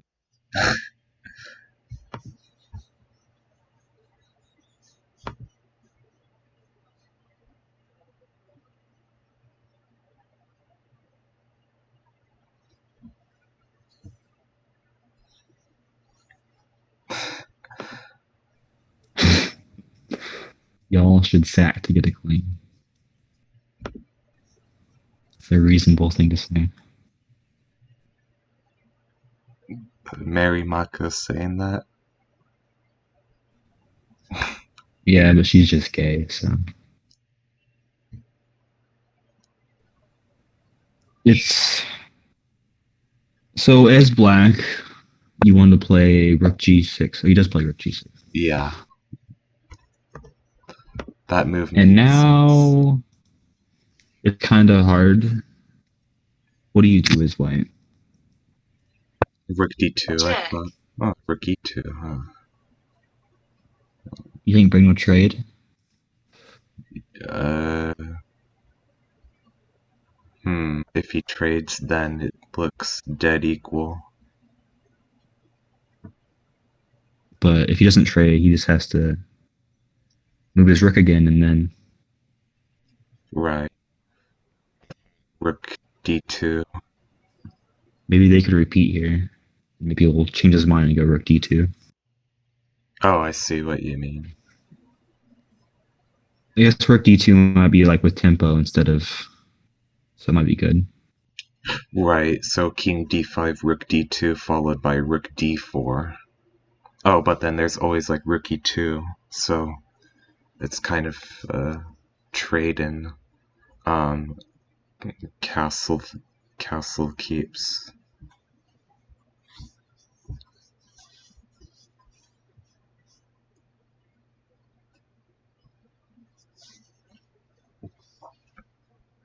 So after king c5, maybe white would have to do king f2 first, but then maybe there's rook d6 or something.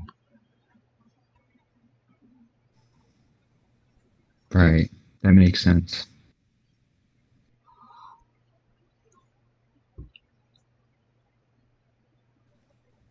So it still looks equal, Maybe. right?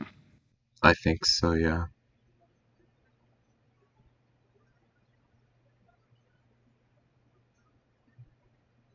Yeah, push pawn saying he's not sure why this was played so quickly. Yeah, it's he played it like instantly. I think it's reasonable.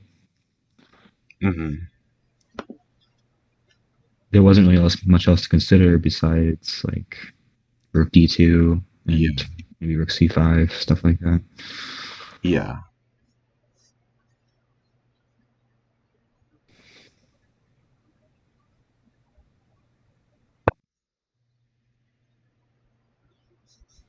King d5.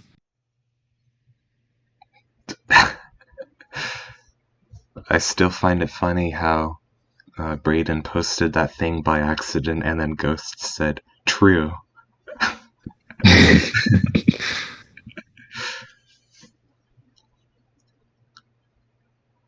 Braydon's a scary player. He just plays for a win, like Magnus. Yeah, I think it's because he thinks he's better than David. Mm-hmm. Yeah, I think that's true.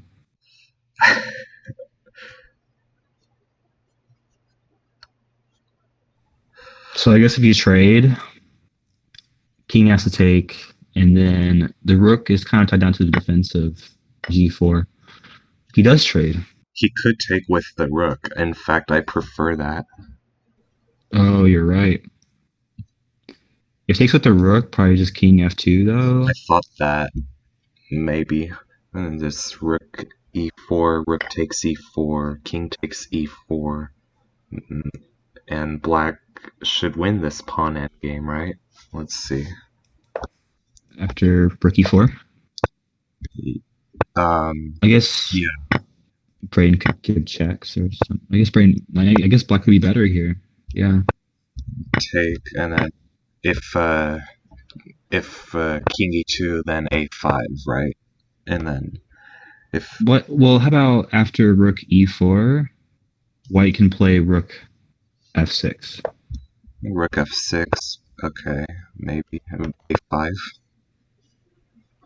A5. You could play.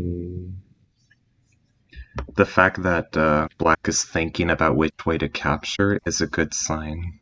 Very good sign. I'm glad that Ghost is thinking and taking his time, because rook Right. takes e6 is probably the best.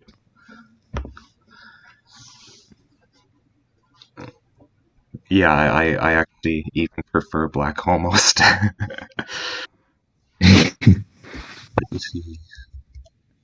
If he doesn't do king f2 and takes, then I guess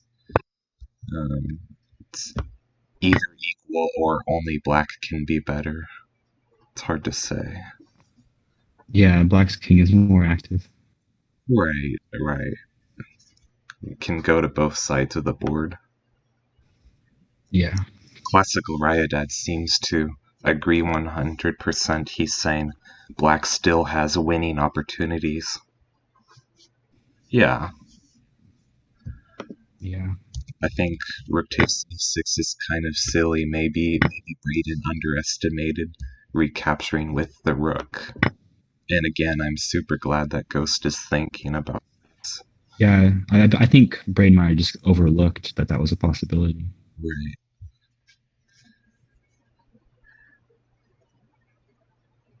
Wait, Braydon says, I hope he does king takes. If he does rook takes, I think I'm probably practically winning. I think he Then means why does he want him to play king takes?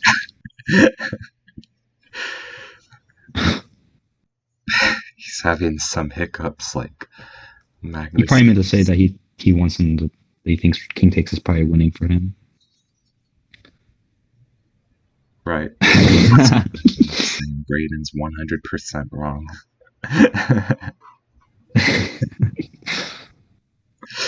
Did you see Braid's stream? No.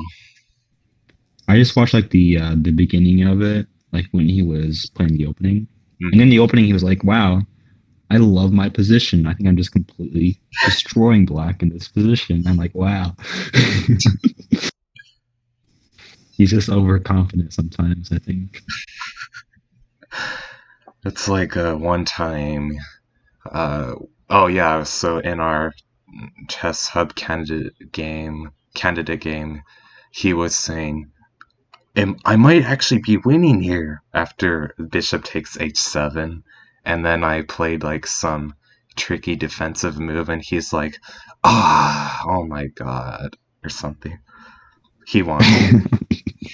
Yeah, I heard he won. I didn't see the game yet, though. Oh, okay. It was like the evaluation changed constantly. Really? Was it back and forth? Yeah. He was also in time trouble and I wasn't, and he pulled it off somehow. What was the time control again? I kind of forget. I think increment was like 30. I don't know what the normal time is. Like maybe 60 plus 30. I'm not sure. I don't think it was that long. Maybe 45 plus 30.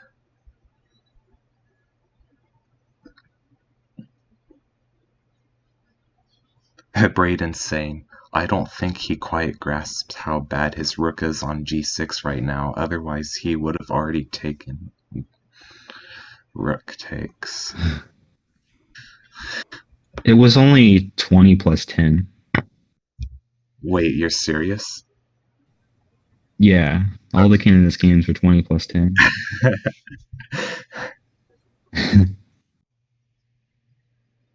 Braydon. Also, trying to prove you wrong, Drake. I'm the superior endgame player. Let's see, Braydon.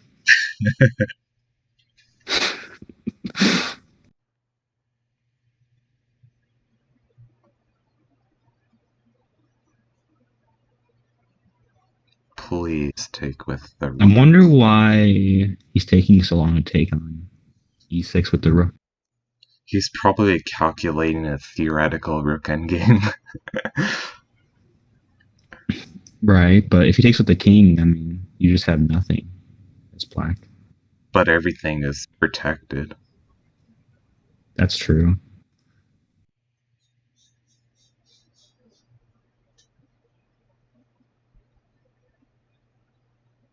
And Braydon like played stupid moves in the endgame. Like I didn't understand why not rook d2.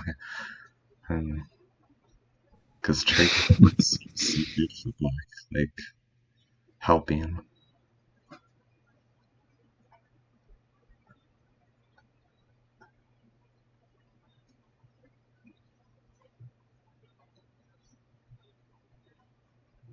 Let's see.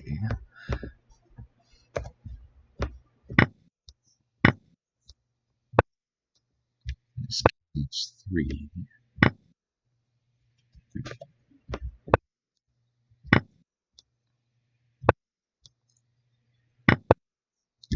Okay, Okay, takes. great. King F2, I'm expecting, right?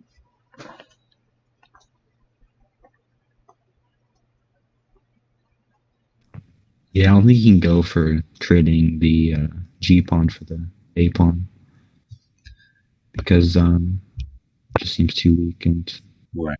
the A pawn is probably falling. So King F2.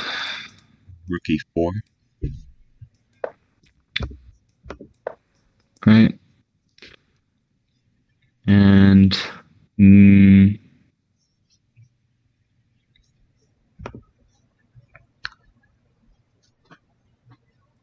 after rook e4, what does white try? Because you can't really take on e4. So Right, because if I was B4, then King D3. right. So here now, A5. And I think white is stuck. If A4, then B takes. If B4, A takes. Oops, not A. Let's say white plays rook, just rook f6, and you want to play a5. Um, how does black make progress though after something like a3 or something? Okay, interesting. You could. I was Or you just could even thinking try. either King to C4 or B3 is my idea. Yeah, that makes sense. So instead of a3, what about rook c5 check? check, Rook F5. Yeah, rook f5 check.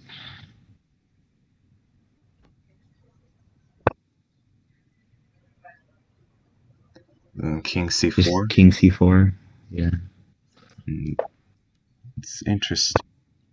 Maybe you could play rook f4 there. Oh, interesting. He does go king f2. Okay. Well, after I think that's actually a good try. Rook F4, maybe you just play King D3, right? And if you trade, then pawn endgame is good for black. I think. Yeah, that's true. Is it winning though? Uh, After rook takes, king takes, king e2. uh, if King E2, then I was thinking just A4, a4, a3. and then King D4. Oh, King F, yeah, because King F3 is illegal. and rook d2. I mean king d2. King to C4, King C2, B4, and if it's maybe maybe black can win. Yeah, that might be winning for black. Well, actually, can you just play king d2 here? Where? Oh wait, you can't because of king b3. Right. King B3 if King C1, maybe King C1 is somehow survive. No, there's two. That's the problem. Or is it? Okay, he does go for rook e4. Okay. So Braydon has to decide what to do here. Yeah, maybe Rook F6 is the best idea, though.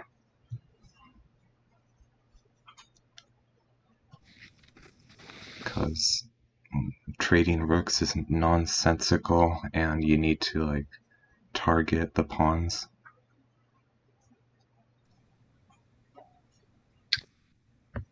Can white play b4? Right now. Yeah, right now. Hmm.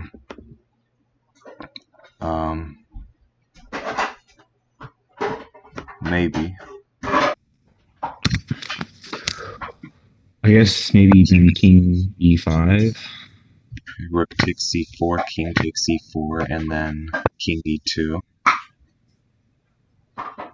Oh, and then king Wait, d4, what? you're picking up the b4 pawn, I guess. If you want. Otherwise, you just shuffle back and forth.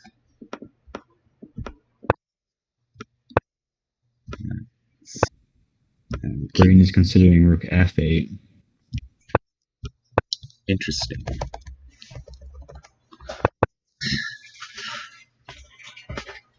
Rook f8, yeah. Maybe this is like the best idea.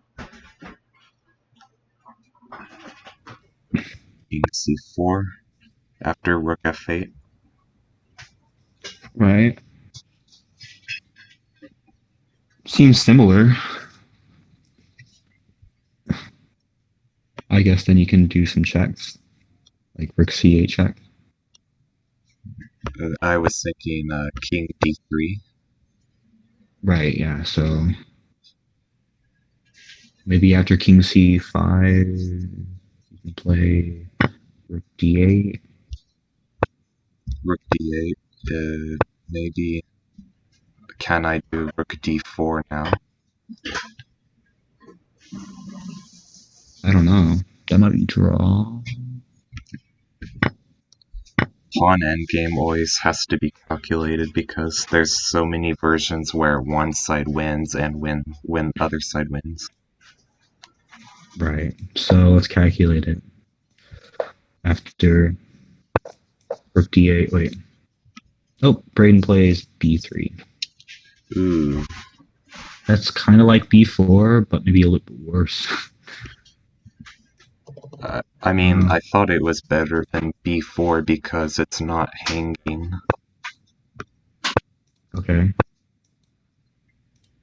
But on the other hand, maybe, I'm not sure. So if you go king e5 and you take and king e2, what is the assessment? Oh, maybe b4, just white is maybe dead because king f2 and then black gets fights against the arm with king d3. So you're thinking b4 here? Or after b3, I'm thinking king e5. I think king e5 is Right. almost winning, but not quite winning. Not quite. Right. Because of rook I'm f8. having trouble counting. Oh. Okay. If king d4, rook a8. Rook e6, rook g8, king d3 is all interesting because of rook g4, rook e2, king f3, rook a2. But I don't know the evaluation here. It's equal, I guess.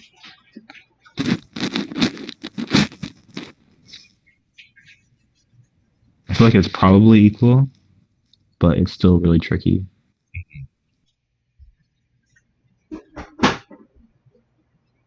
How about b4 for black now, instead of trading the rooks? Because... That kind of forces white to make a move with the rook, right? Yeah. Yeah, that makes sense. If white does any other move, like, I don't know, king f1... Wait. No, not that. Isn't b5... b4 just looks winning to me. Even if Like, rook f8, can't you run your king to c3. d4? Right. Yeah, it's really pleasant. But you have to defend like a6 or something. Maybe instead of rook f8, what about rook f6? And if a5, then there's rook a6. Check. So rook f6, and if a6, you're saying rook Rook a6. goes. Okay. So after rook f6, assuming b4, then I think rook e6 is like forced, but then rook goes back to f4 and has a perpetual. So it would be a draw if black goes that route. If he goes back to f4, can't then he play a5? Rook takes g4. Oh yeah, duh. So yeah, it makes sense. There's also a5, and then he's thinking rook f8 after a5.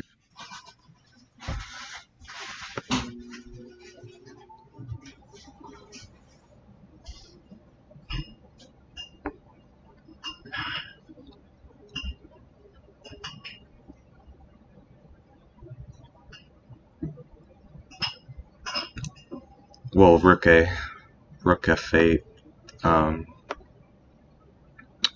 king d4, rook a8, king. Oh, I see the problem. When the rook captures a5, it's going to protect the a2 pawn. Yeah.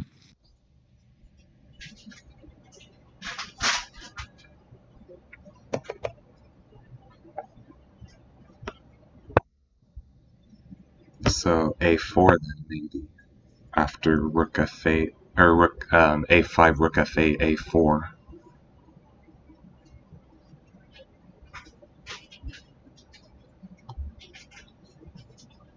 Black just looks more active in general. I think black should be pushing, not white.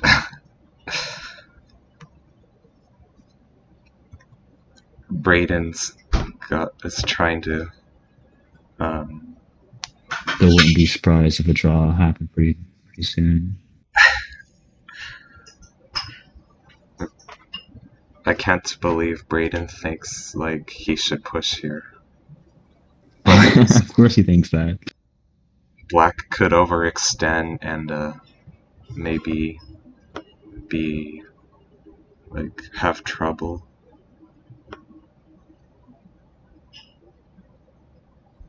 Right? It's like, whoa, this is winnable for David.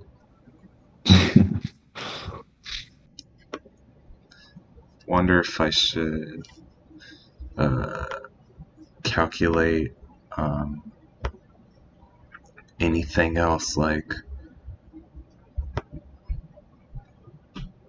the problem with taking on f4 is g takes f4, king d4, king g3, king f5, then b4.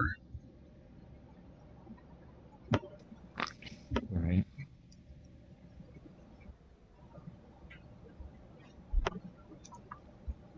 Wait.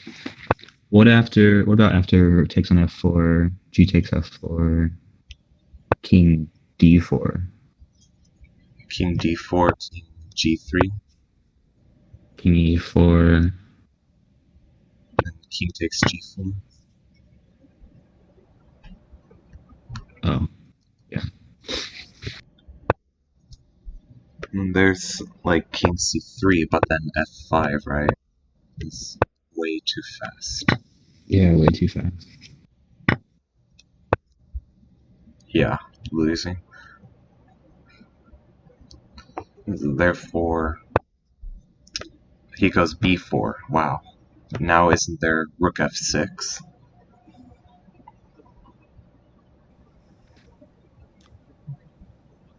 Rook f6, we were saying that rook e6 could be a draw because Yeah. Why did he reject a5? Maybe because he thought b4, okay, just freeze the pawns on b3 and a2. Maybe that's his thought. Yeah, Ryadad agrees, like a5 looks better. Yeah. Yeah, it's pretty good. Is this... Wait a second. After rook f6 is the only move. Rook to e6, is that the only move? I think so, because if rook captures the a pawn, then it protects the a2 pawn. And then if rook e6, you could just take it. And it's a drawn endgame, right? Yeah, I think this is like a drawn endgame or something. Wait, maybe... I'm not sure. I think, yeah, it's drawn. Yeah, it seems like a pretty easy draw.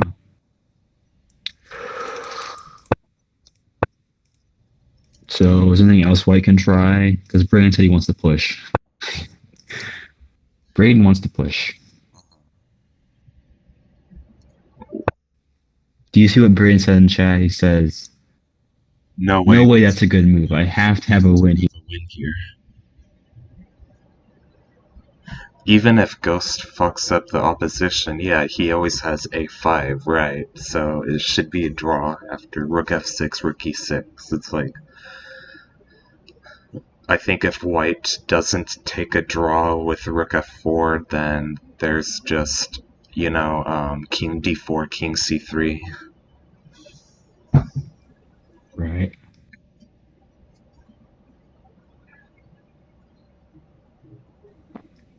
So, how long do you think it'll take before Braydon accepts a draw? Half hour.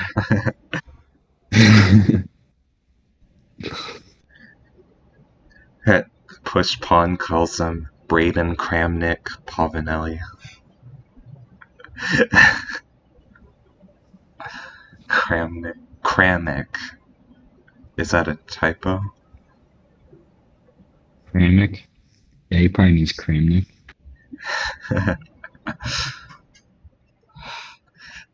Oh yeah, because Kramnik always thinks he's better when it's equal.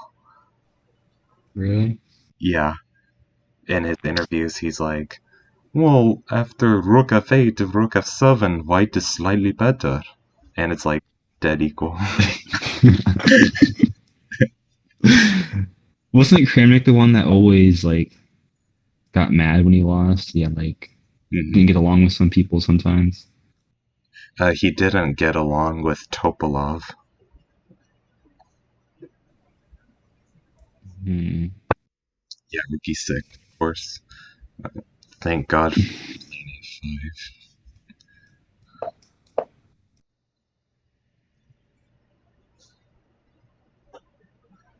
This is just so equal. Come on. Ah, rook f8. Interesting. Okay. Rook f8, just king d4, right? King d4. I guess his idea is the may play. Well, if rook g8, then it's hard to say, but I think just rook e4 again, and rook g6, a5, and this time rook a6 is not a problem because of rook e5, and it could be another draw. After king d4, do you think maybe rook f4 is an idea? Check. And if rook blocks, you can play rook f6. Oh, that's true. Okay, what about a5? And now you have rook e5.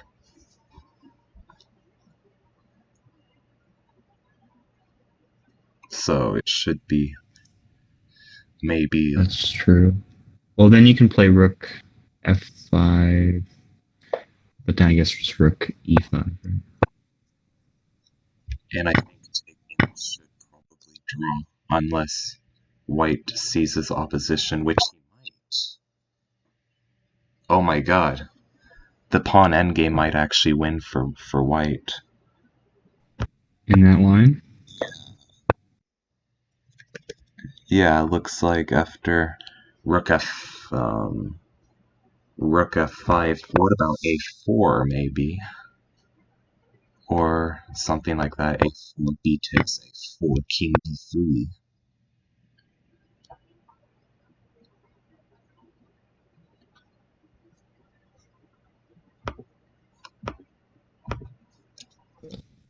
So after rook f5, black can't play rook e5 because it takes, and rook Yeah, e3. yeah, So that might be good for white. yeah. So maybe not king d4, but I'm not sure what else. Push pawn is saying king d4, black is getting a nice position, but I don't see how. He goes for king d4, but like he suggested, maybe rook f4, and if I block, then rook f6, right? And if a5, then rook f5. Right. That could be really dangerous for black. Yeah, and then king d3 is not working because of rook takes a5, right? So, but maybe black If rook f4, maybe the king has to go back to d5. maybe. But then you just lose a pawn, right? So Let's see. this could just be really good This for could white. win for black if rook f4 and take and king e4, because when the a5 pawn is inserted, so white is in Zugzwang.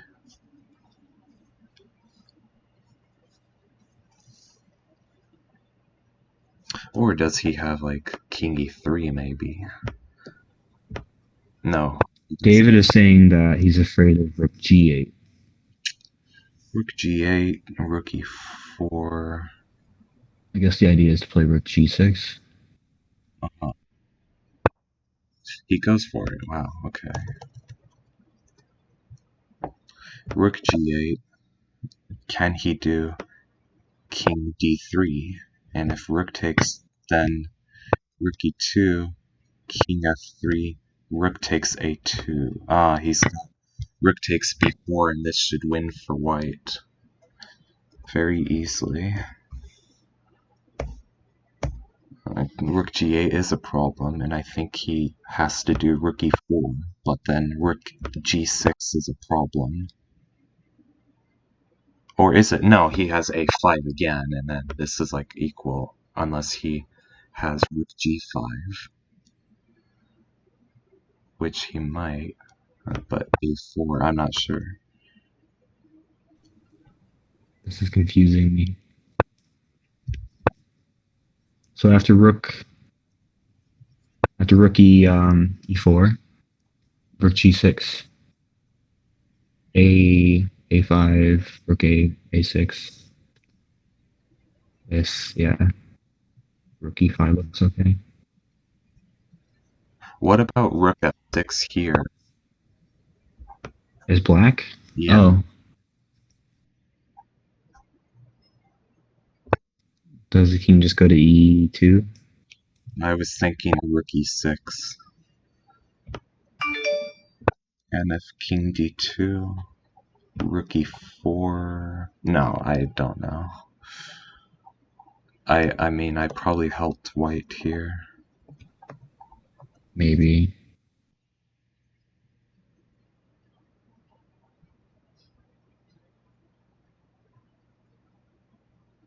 King c3, rook takes g4.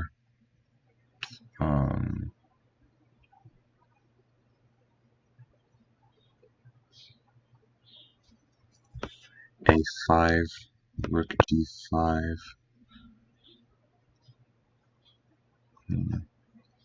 Looks kind of hopeless for black. Maybe after rook g8, white is like winning. Yeah, maybe. Maybe even rook f4 and rook g8 could be winning for both. Yeah. Yeah, maybe b4 is So a I guess mistake. maybe king d7, king d4 is just losing. Well, maybe, but I thought b4 was a blunder, like, I don't know, makes everything hard for Yeah, black. b4 wasn't that great either. I don't think it was lost after b4. Yeah, maybe king d4 is a critical error. Ooh, king d3, wow. It's kind of interesting. So if he takes I guess his idea is play a5, because after maybe. the rook takes on a2, it's protecting the a pawn. Yeah, I see. Okay, rook king d3, sure. Let's see. So rook captures g4, a5. Yeah, But then shouldn't white just be a lot better there? Maybe like rook c4 and then well play then, g4. well, rook e2, rook a2, and then I think Oh, if black can get behind the passed pawn, then it's equalish. Because, the rook on c4 is kind of tied down there, otherwise king c3 and maybe black can draw or win even in some cases. Oh my god, he goes for a oh my god, he should not have played rook a2. He needed a4. This is okay, white should win. This is like dead, I think. Oh, king c3. Is that really working?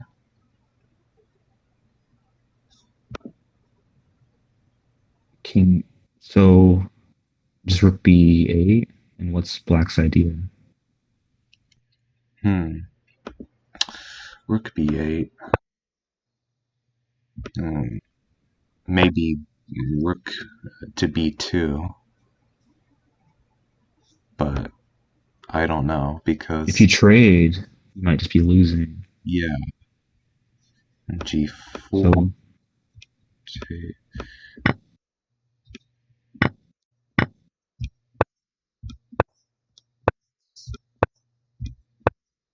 Yeah, it's dead for black. you think he misses chance with a5? Yeah, definitely.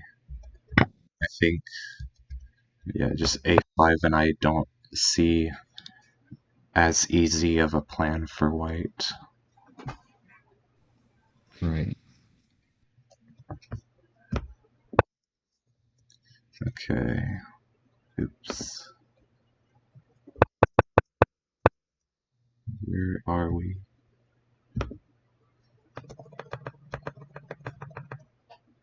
Yeah.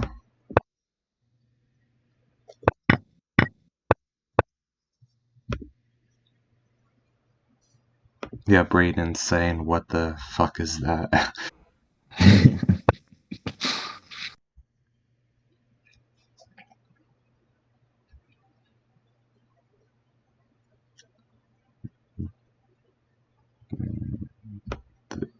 Also, maybe he can go king d4, but then king f4.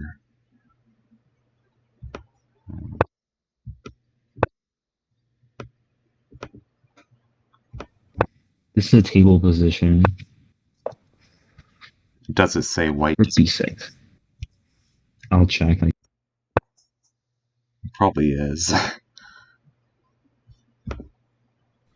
Yeah, I just said it's winning.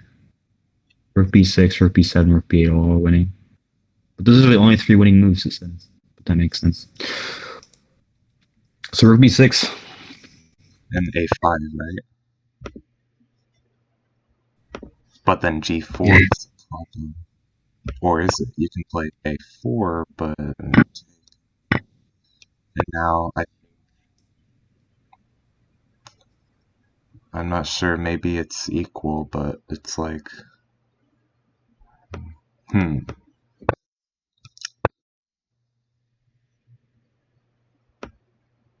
not sure. Well, it should win for white, actually, I think. Right.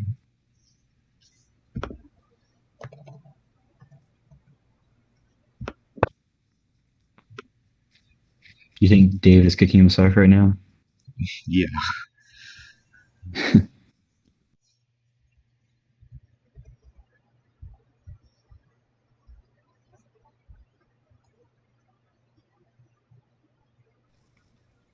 What do you think? What do you think is Black's best try? A5, Yeah, a5. A5, G4.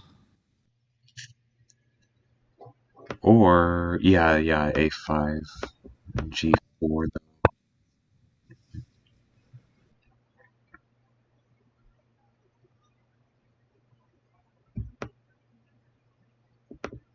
And then rook a1.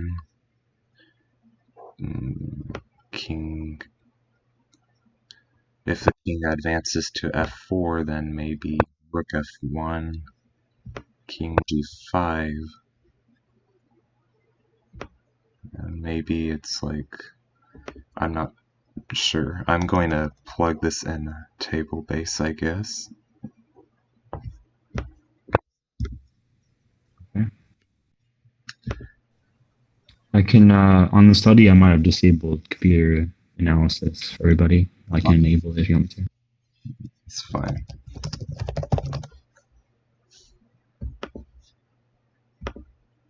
Let's see.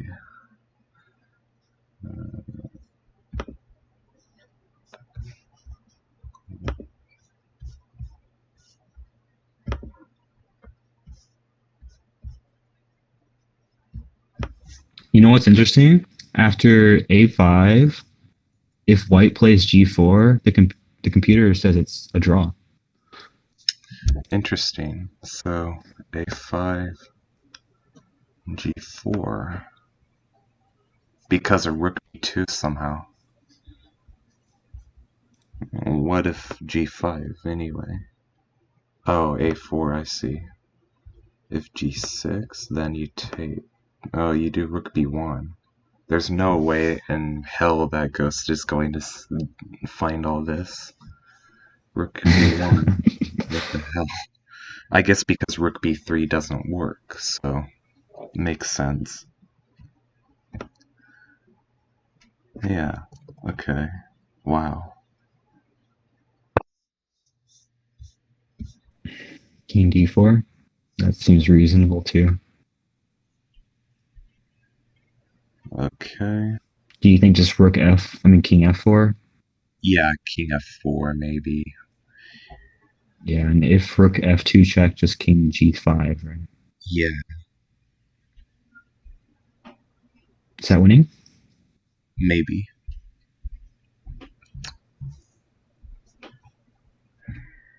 Let's check. Well, your A6 pawn is also hanging, so Right. gotta be careful. King d4. Almost all moves for white win.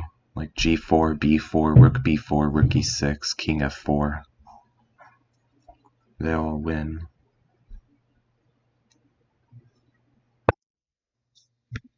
He goes king f4.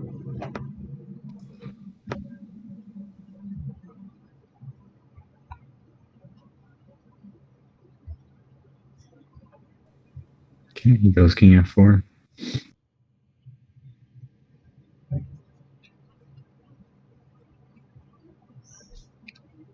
Yeah, I think just rook takes a2 was just so stupid.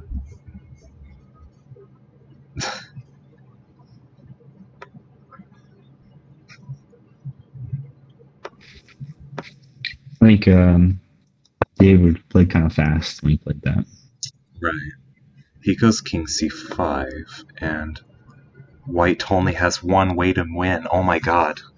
Oh my god. If black draws. Let me guess. What's the move? Was it rook g6? No. No. Is it rook b8? No. Really? Yeah. How does white win? Rook e6. It That's looks the like only there's no move. difference. Yes, he draw. Oh my god, black can draw. Please draw. Black can technically draw. But how? I don't. You take your time. Okay, that loses. It was rook f2. So g4 or king g5. This is just extremely hard to calculate. You need to play. What if rook f2 though? So if king g5, then a5 is. Does the engine want to play like rook e8 here? I think it makes sense to cut the king off from the king side. Let's see. If rook e8. Oh, and with king here. After rook e8, there's rook f2 draw.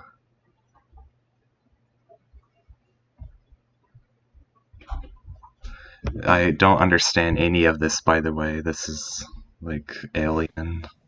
I have no idea how that draws. So rook e8 and rook f2 draw somehow.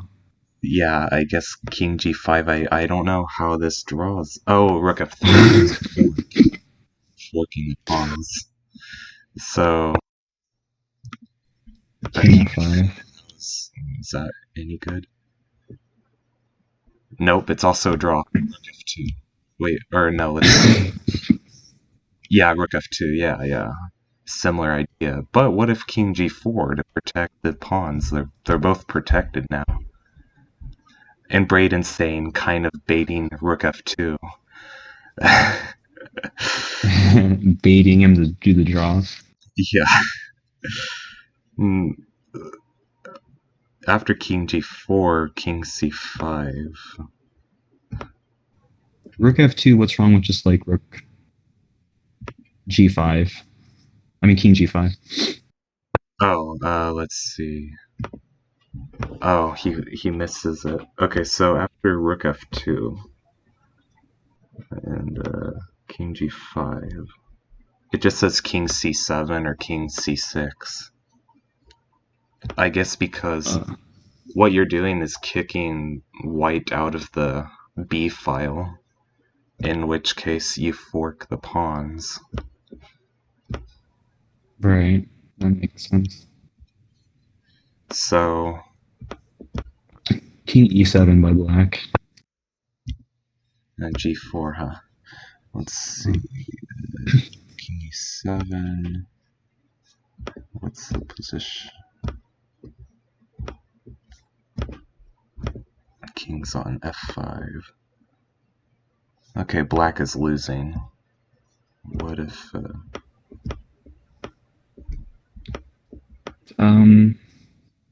So just f7 makes sense, but I guess then rook b7, right? Yeah, rook b7, I would imagine. Yeah, rook b7.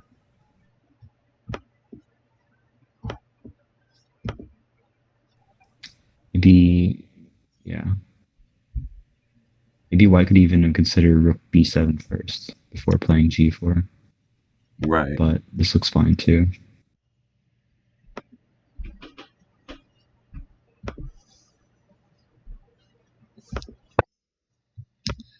Rook f2, okay. And king g6, any move.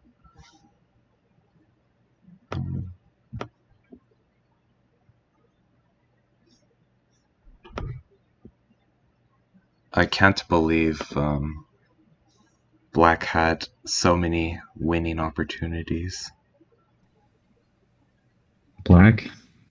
Or sorry, drawing opportunities. Yeah. Braydon P says what? I wonder why.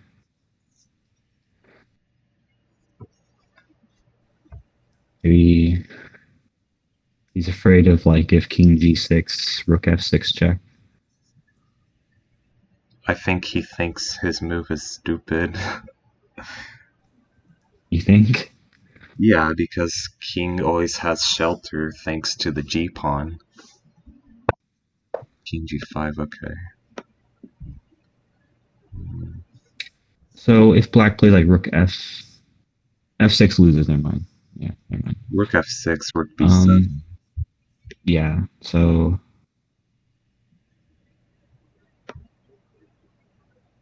huh. And,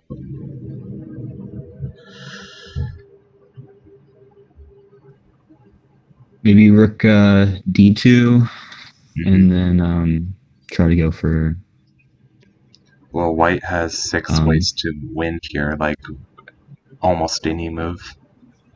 I'm just trying to find the best defense for black. Right. Like rook d2, rook d6. Good. Okay, he goes rook f3. 7 ways to win. Wait. Yeah, I don't know what the best defense is. Rook c2, maybe. Oops. 6 ways to win. Braydon seems pretty confident now. Right. Rook f3, I mean. Does white just play rook b3 here to go for g6 or something? Rook where? Rook b6. Yeah, that works. According to the table base. Okay.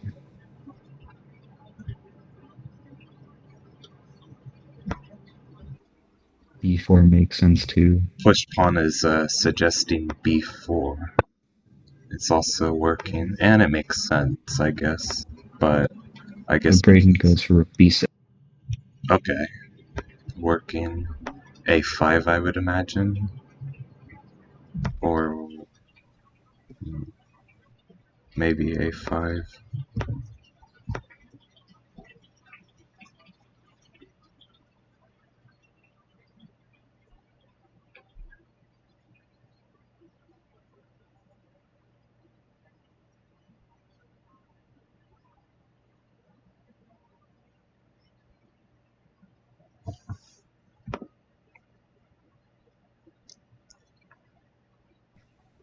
I think a5 will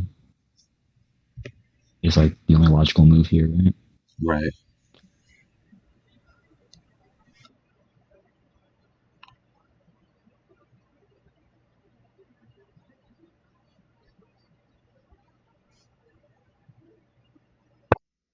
And king f7. Wow. Because b.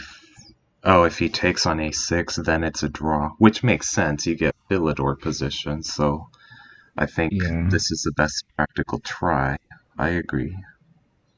But b4, the problem is there's no way to easily attack the b pawn. Maybe just rook b3, but then I thought I don't remember what I Rook thought. b7. b7, and then king Once the rook goes to Check. d3, okay, he checks first. Interesting. Let's see. So king g8, I would imagine, but if king g6,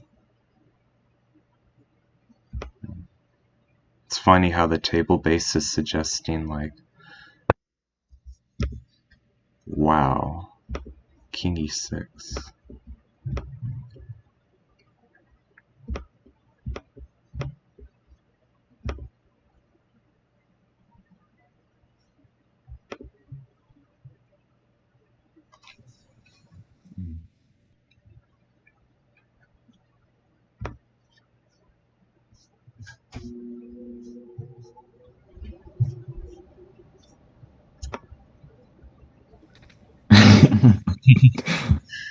Right as it says, David sucks.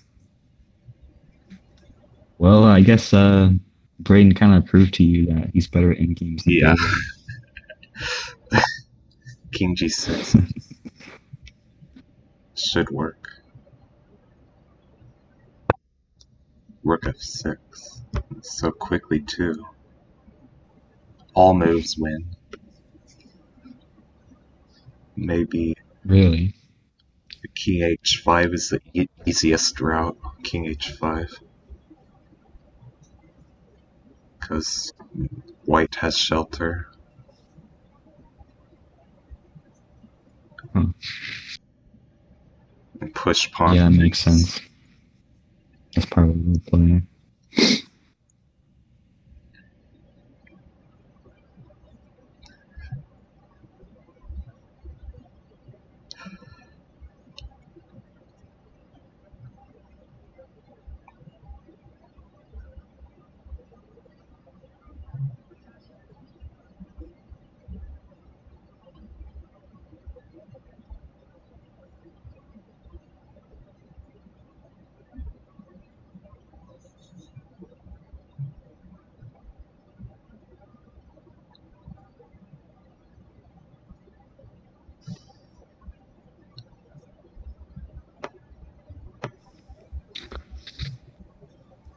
So any move here wins for white, right? Yeah, king He does g6. go King G7. Yeah, because g5 is unstoppable anyway. Right.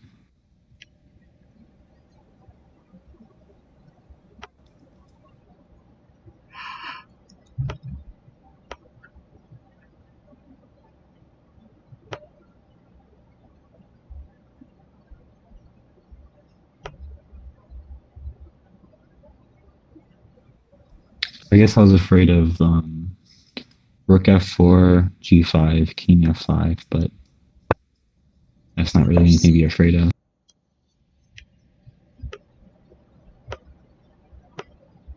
Or no, that would just king takes g5, my bad.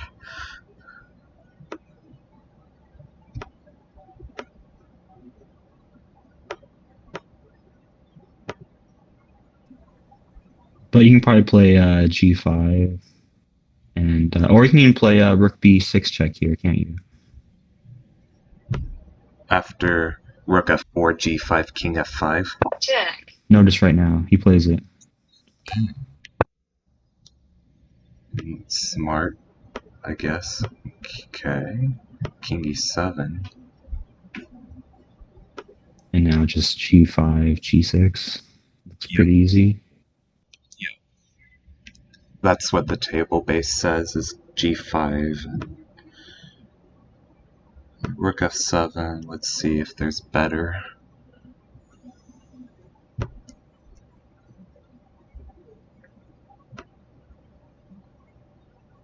Hmm.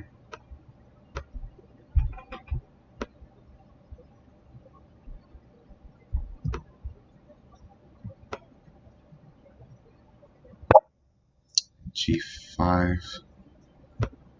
Yep.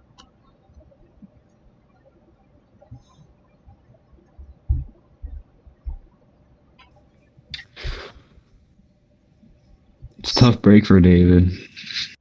Yeah.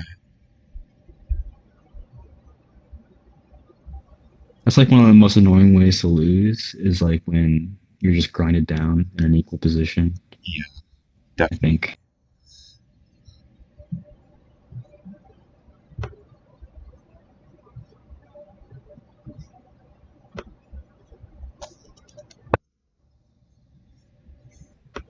Yeah. White will just be up 2 pawns if well, he could be up. Right.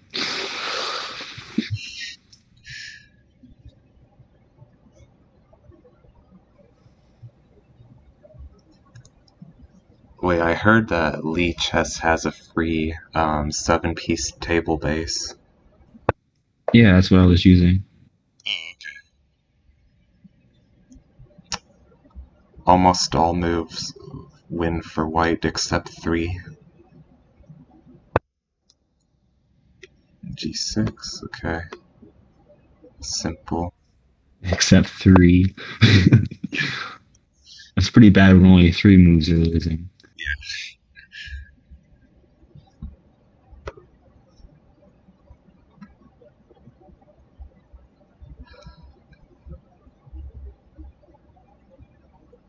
I think he can take a6, can't he? Yeah, because he's got a good Lucena position, like an easy one, in fact.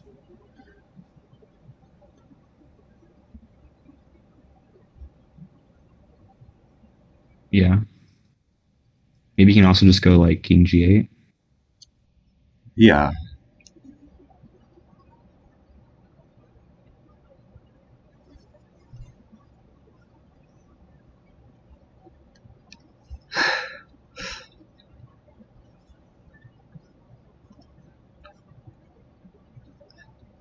Ghost needs to study, like,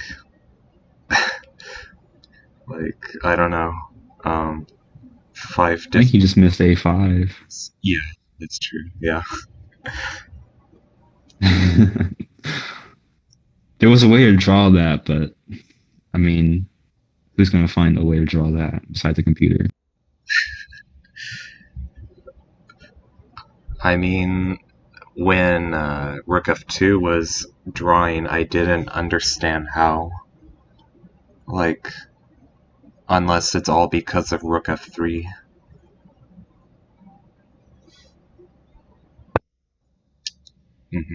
A5 but then just g7.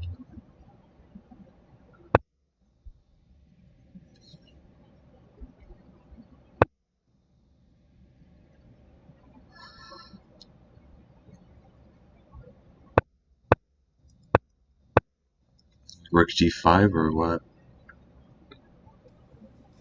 Um,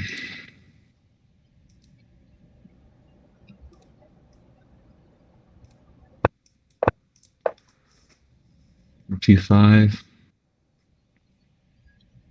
probably.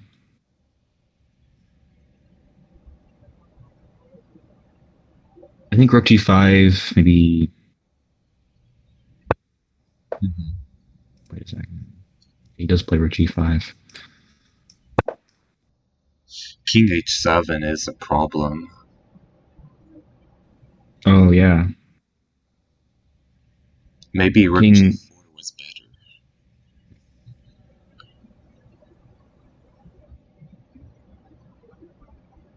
Or no, that would also not be sufficient.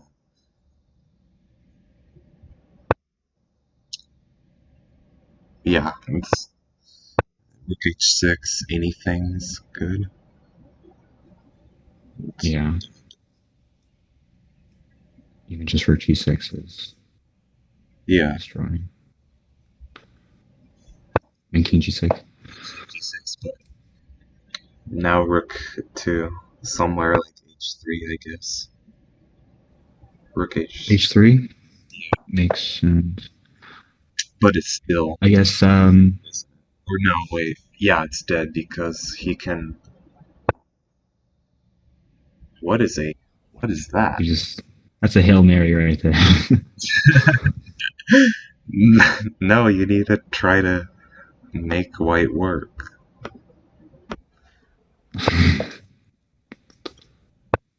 Check. Okay. He's trying to stalemate. He's going for a stalemate. It's mate, so. Check. What was the position? Okay, King g6. And then Rook was here.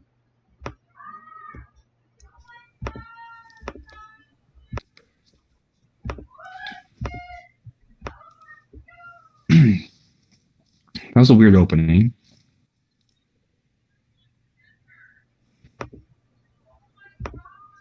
Rook b6.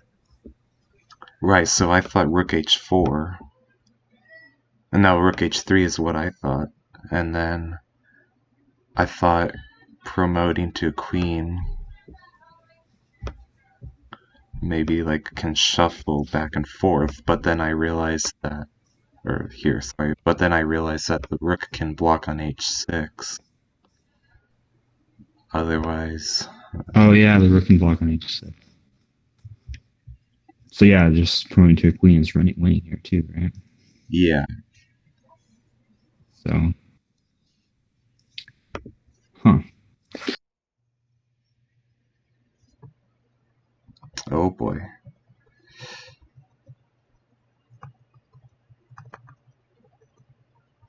David needs to fight and fight. Yeah, he's at a deficit now of 2 points. Yep. Yeah, push pawn saying that Braydon should have been able to get more out of the opening. Ah, funny that computer recommends c6. Wow. It recommends c6. Yeah. I guess it kind of makes sense to simplify. Well, the problem is queen g3 attacking c7 and g7, so after rook b8. Wow.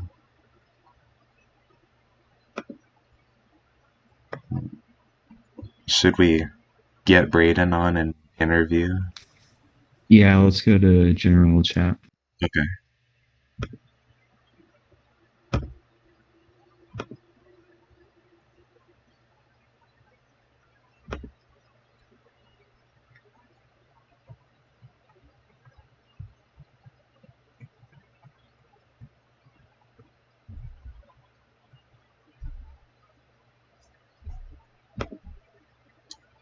Heck, Braydon was never worse. Or Yeah, I'm I'm kind of surprised actually. yeah. I thought better for David because of the pawn, but that was a really well played game by Braydon. A5, it's hopeless. You have to draw. Move 46.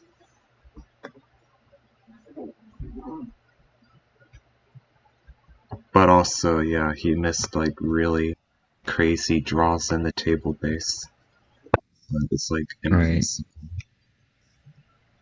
Yeah, I think if he just played a5 on move 46, that would have been a draw. It's because the black king wants to kick the rook out of the b file, I think. So, rook b5, rook b2.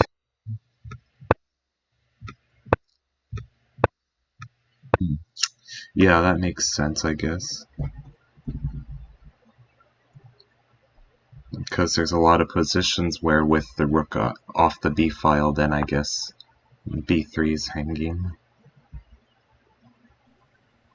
I wonder if by the end of this match, Ben will be higher rated than David. Probably. It's almost that way, getting close to it. Not quite, but 50 points. yeah. Well, Braydon is a lot more provisional than David, so he gets more points than David loses. Too.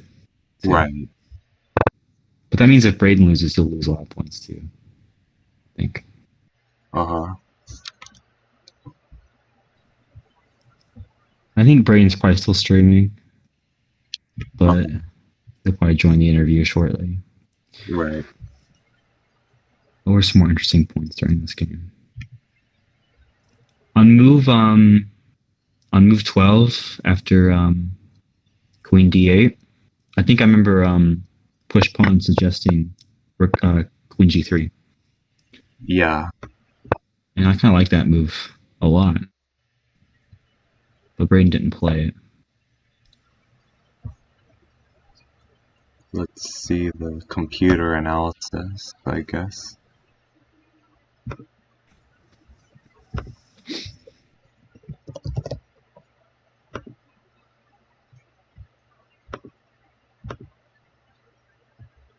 He needs to update his USCF on his profile.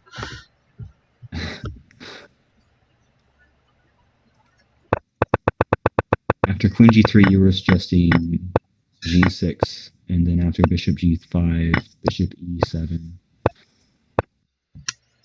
Queen g3 looks good, according to the computer. But it was saying maybe bishop here, but no, just queen takes g7, of course. The computer didn't see that for like a split second.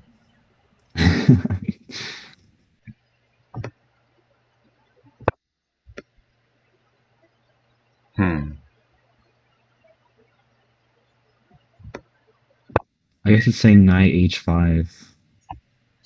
Queen e3. Or h5. Oh yeah, h5. Interesting.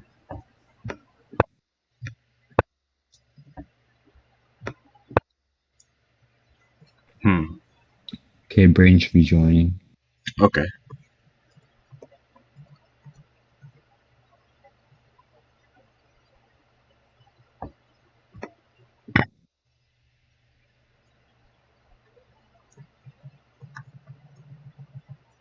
Yeah, this opening is massive.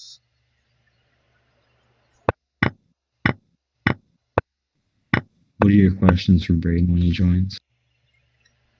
Just how he felt about the opening, the gambit, and just like if he ever felt worse. That's a good question. Especially in the endgame. The endgame was kind of confusing. But I'm pretty sure Braydon always felt like he was much better.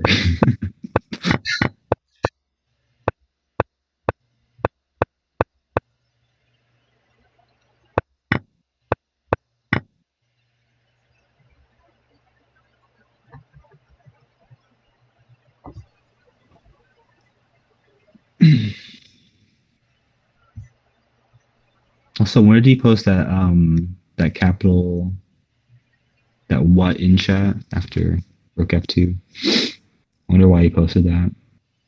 Oh, I would like to ask about that, I think, yeah. Rook f2. What? Oh, you're gonna play king e4? Is that why? No, I'm just kidding. I like how it says king g5 is an inaccuracy. It says king g5 is an inaccuracy. Hey, Braydon. God, that was grueling. That was just a grueling endgame. How did you really feel grind down David about the opening? What? Opening, I felt like I was doing really well. I had prepped this line a little while ago, like last night and this morning. I had prepped it a little bit. And so I knew up to 12 queen f3. And basically the Fabiano, I got a course from him. Capablanca? No, Caruana.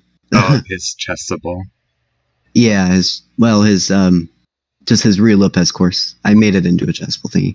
But yeah, so it says after 12 queen f3, it says something about the black queen on e7 just looking silly, and white should be better. And it is. I mean, clearly white is better here. But I just didn't. I should have probably like looked at some engine lines after this. There's like 40 variations that we could have gone into, sadly. So I didn't really prep everything very well. Yeah. So after this, I just didn't really know my plans. I knew I should be playing e5, and that was about it. On move 13, it suggests queen g3, and also push pawn suggested that. I looked at queen g3 a little bit, and it's good, but I thought just knight h5. And then queen e3. Yeah, queen e3. Then can black play bishop e7? It says e5 now is like killing what black now? e5 is engine move. Yeah, it's a little complicated. Down. It's like plus 1.2. For me, it says plus 0.6. Yeah, actually, mine just got to that depth, and now it is 0.6. So yeah, I don't really know. Bishop d1, g6, and bishop takes, g takes. Well, that's just gotta be better for white. Wait, which line? After e5? Castle, bishop d1, g6, and then take. Cast. Oh, jeez. Oh, that's nice. I didn't see bishop d1. Yeah, it's I didn't look into this line very far, but yeah, right. that's okay. That's clearly better for white. Yeah, Like practically speaking, it feels winning or something. yeah. So after pawn takes, queen takes, knight f6. Rook e1. And Or yeah, okay, and he's just oh yeah, knight d5 I guess probably works. I don't know. But yeah, so rook e1 or knight d5. Knight d5 is now the computer's choice for me. well, g7. Okay. Yeah. So I'm getting my pawn back in these and with a clearly better position. For sure. Or sacking he's got a sack in exchange, who knows. Right. So yeah. I guess that's good to know for next time. I didn't really know the theory after this. I just knew it was good for white and just didn't know the plans, I guess. Yeah, queen g3. Clearly the best move. That would have really made Ghost that would have really made David think. It makes this position really awkward. Yeah, instead I played bishop f4 trying to prep e5. And it says that's like a whole inaccuracy. Yeah. Says it's equal. Yeah. And I was getting a little worried down a pawn even. But okay. Were you surprised how fast David was playing? Yeah, it was like weird. I couldn't tell if he was in prep or not. Right. We could. You know, like he was moving like moderately fast, so it's like I speculated probably he was trying to remember his lines. That was my best guess. Also, past move 13, his moves are pretty intuitive. Like, you know, the moves he's playing are they're like the only candid move in the position. Like 13 bishop e7, and then d takes e5. So maybe he was out of prep, but he just felt that those were like the only obvious moves. Mm-hmm. What did you evaluate position at c5? I mean c6 on move 17 by black. After c6? Okay, well, I don't know how the computer says it's dead equal. But I felt like I was at least better. But I didn't think I had anything, to be honest. By now I kind of speculated that I misplayed this. After c6? Yeah, after c6. Yeah, I just felt like I missed. Was actually a good try. C6 definitely. Because otherwise, I think it's clear that my bishops will wreak havoc, and his king is just weird if he doesn't play c6. And I felt like c6 was what he was going to do after bishop takes d5. Or at least I saw it was an option. I was curious why you thought white would be good if black did move 22, queen e7. I mean, or like better than if he did queen e8. Well, queen e7, I've got queen takes e7, bishop takes e7, rook d2. Rook d2. Yeah. Isn't there just rook a d8? Or I was going to think maybe bishop f6 as well.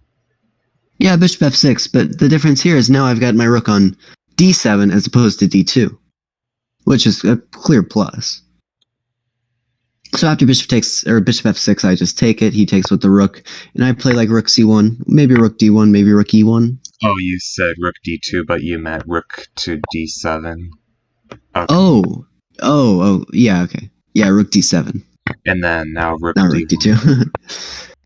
Yeah, rook d1 or rook c1, I don't know. But like this is clear plus from my rook being on d2 in the queen e8 line. And what he did, my rook was on d2, and it was like no fun.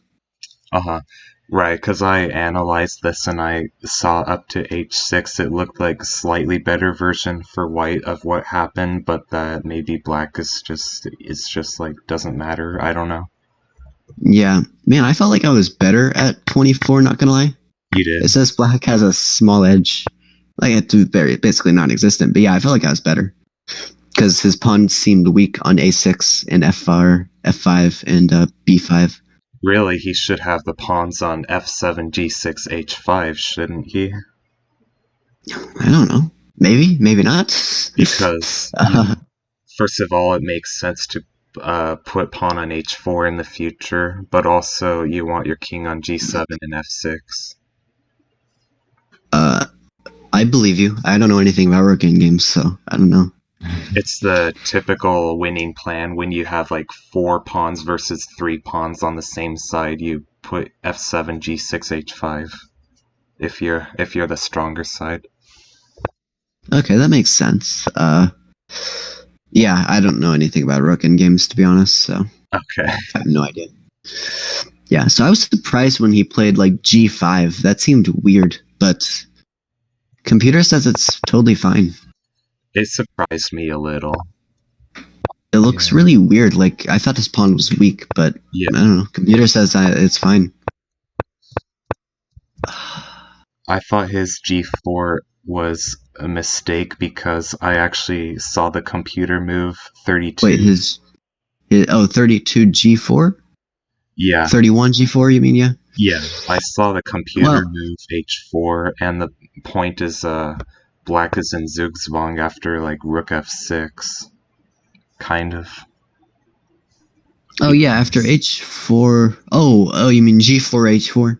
Yeah, I thought about h4, but like, yeah, black is kind of in a zugzwang. It seems like he's got to play shuffling moves, but really like it hard seems like to- he's got to shuffle f6, like rook f6, rook b6, rook e6. yeah, Those are his only 3 moves, really. yeah. And I saw that, but I wasn't sure how I was going to progress. Now I did look at the computer recommendations already, and I just didn't see the plan of b3, a4, Uh-huh. and he's going to probably take it. B takes a4, B takes a4, and then I can play a5, rook a7, rook d b7, and then rook b6. I didn't see that plan. Oh, like, for white to play a5 with idea to put rook on b6? Yeah, I just didn't see that plan. That makes sense, that's kind of hard to see, and that it would win for Yeah, something. and I thought h3 was better, because I thought the h3 followed by f3 looked really strong, but I guess computer says it's just drawing, whatever. After rook f6, I thought h4 with the same idea. Yeah, I didn't see that idea though. But Uh, f3, I mean, yeah, you're trying to create like this. I I'm did. trying to create a weakness, and I'm trying to like say his G pawn is overextended, but a computer can hold onto it, I guess. I'm surprised it gives dead zeros after f3. Uh-huh. Well, I didn't like for white how the second rank is like more open than before. You cut out a little bit there, but yeah, the second rank was a big concern. The second rank is It more was, open, yeah. yeah. Like, I think I did some calculation and decided that my second rank wasn't a problem in any of the lines, but Mhm. later on in the endgame, it was a problem. It did become one. Uh-huh. Mainly, it was after one of our rooks got traded off, which I was very surprised he let happen. On move 38, I was very surprised by rook gg6. I thought he was going to play king d6 or king d5. I expected rook g6 just to like, because if you put black, like if you play rook e2 and trade off the rooks, then at least like the king always has the option of taking. I didn't see until later that rook takes e6 in that game would allow rook e2 stuff, but I saw it while I was analyzing it later. But I thought rook g6 made sense just to overprotect a6 and just keep g6 guarded. Yeah, I thought that after the rook trade, I was the one definitely pushing for a win because his g4 pawn was just so weird. Like his, if he takes, being surprised that you traded rooks. Really? Yeah, we thought you were going to play after rook e2 check, that you'd play rook d2 check. Yeah. And just keep the pressure. We thought rook takes e6 didn't make sense because, yeah, rook takes e6 and it just seemed like, I don't know, like, Black played pretty badly, but it seemed like easy for him to hold. Yeah. Like I I thought didn't. it was going to be. I thought I had somewhat decent winning chances. I speculated that it was maybe drawn, but like I thought I had decent winning chances with his weak G4 pawn. Right. Like if he's forced to passively defend it with a rook on G6, then I should be able to, have good winning chances. Sadly, he didn't. He wasn't forced to defend it. Uh-huh. Really, he was able to generate stuff on my second rank, Right. which was pretty annoying. I didn't see just quite the strength of it when I traded rooks, I don't think. Uh-huh. After you played rook takes on g4 on move 46, we were really surprised that David didn't play a5 Yeah. or even a5 after rook e2 check. Yeah. A5? Let's see here. So A5, When A2 is captured, A5 is defended. correct. Oh yeah, I did actually look at this with the computer. After A5, I thought I was going to be able to play King F3, but it doesn't work actually. It just isn't good because after Rook E3, I'm forced to play King F4. No, this wasn't the line I calculated. Sorry. A5. What did I think about here? You thought maybe you could push G4, G5? Kind of. I don't know what I thought here. Because yeah, A5 looks perfectly fine actually. Yeah, it looked necessary. Yeah, necessary. Yeah, and after Rook E2, the move he played, he can still play A5. Right? No, not anymore. Oh, yeah, okay. Tactics. Because I guess let me Rook guess. D4. Rook D4, yeah, I thought so. Yeah, tactics. Okay, so yeah. Wow. Yeah, I'm surprised it says he's drawing here after King F3. I'm he's got surprised too. He's got Rook E3 drawing because why the hell is that drawing? Rook E2, and now the King F4 blocks the rook from the B4 pawn.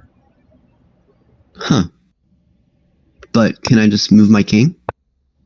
To like F5, F5, yeah. and then A5. Oh, now A5. And this seems like it almost transposed.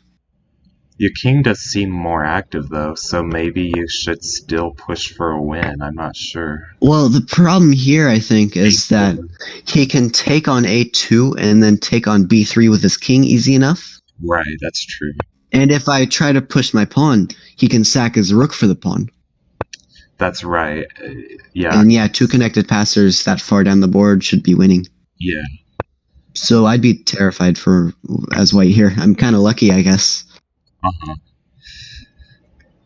Well, yeah, I mean... Oof. Yeah, I think I lucked out a little bit in this game. Again. He seems like he just gets tired at the end. Yeah. Yeah. Like, he does pretty well, and, like, he did well getting out of a bad opening. And then, it seems like right at the end of the game, he just blunders. Maybe it's from your kickboxing, you have a lot of stamina. Yeah, I know. Yeah. My endurance is just greater than him. He needs to get more active. Maybe you should do that mile run. Yeah, that'd be hard. 1 hour. Still waiting for that one, David. Come on now.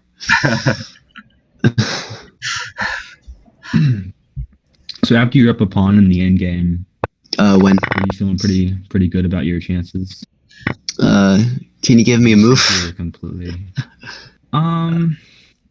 Let's say like move around 48, 50. Oh, 48. Yeah, I thought I was winning here. And then after King C3, Rook B6, King D4. After yeah, it was move 50, King C5. I realized maybe this isn't so clear. Rook E6, according to the table base, is the only winning move after King C5. Rook E6 after King C5? Yeah. we plugged it into Syzygy table base, and there were a lot of crazy moments where black could draw, and we couldn't understand why. Yeah, it was weird. I thought Rook Like, B8 was a pretty pretty simple draw. I thought I was just or pretty simple win.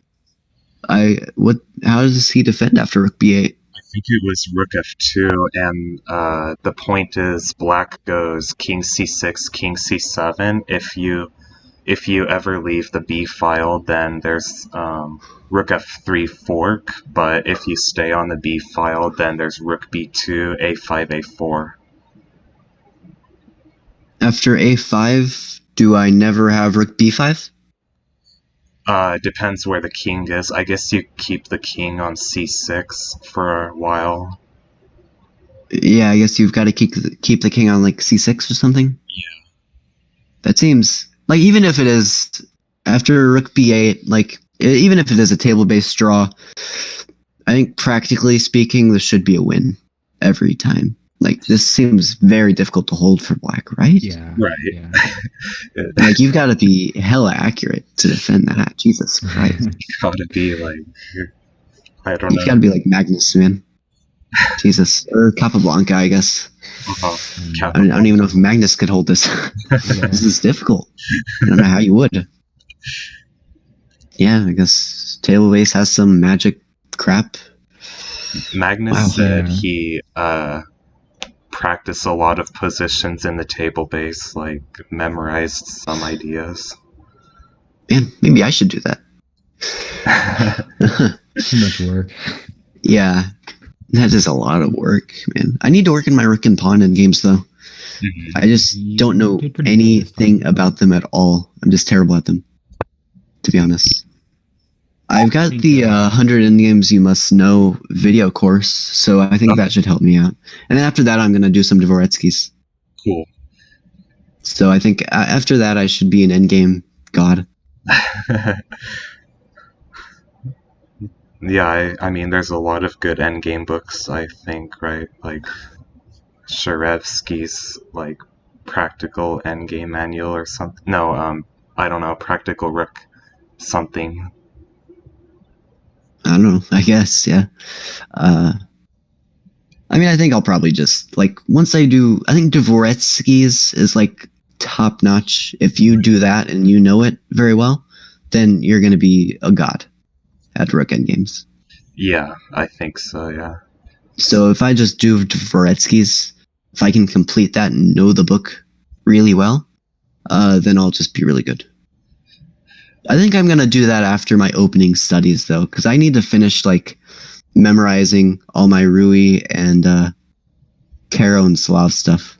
Uh-huh. Because I got some big books on them that I just want to learn very deep.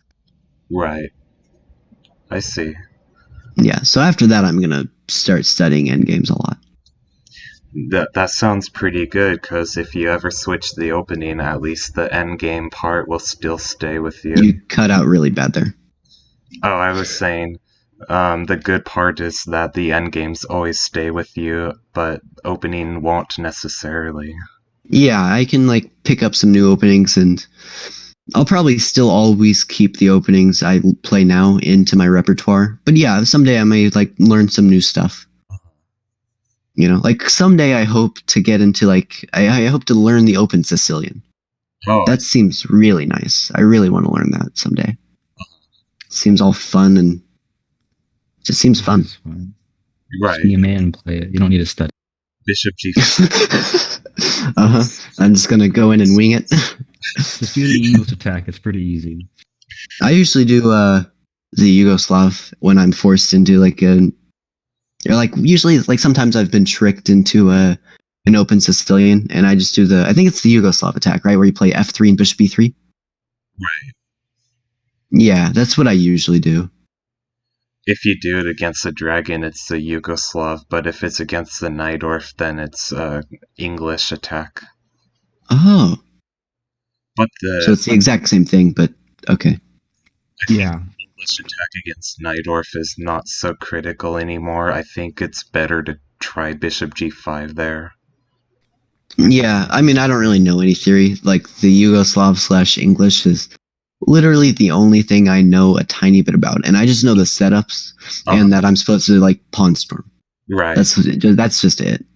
Right. Thankfully I'm very rarely tricked into open Sicilians. That's I think good. one time I was tricked into it by e4 c5 knight f3 a6. Uh-huh. I think that one time I was tricked into it there, and I just played d4 because I didn't know what was going on. Right, but you know that you play either c3 or c4, right? No. Oh, I have yet to figure out what to do against that because it's such a minor Sicilian. It's like, right. so what? C4, it seems like it'd be kind of weird because shouldn't black get an easy b5 sometime soon or no?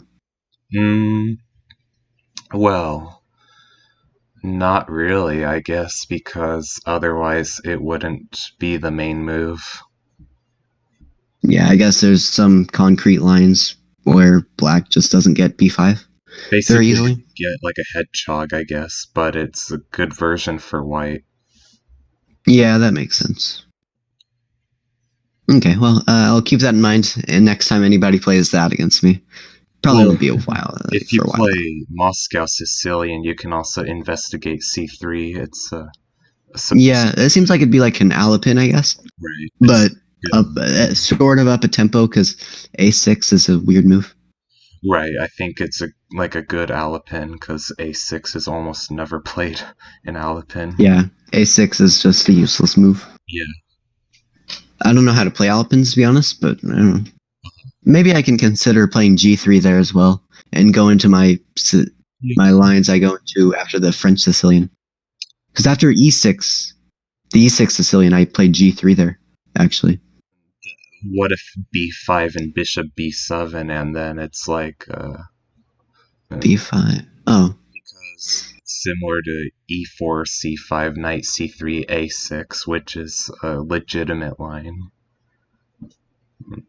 Okay, so maybe g3 is no bueno.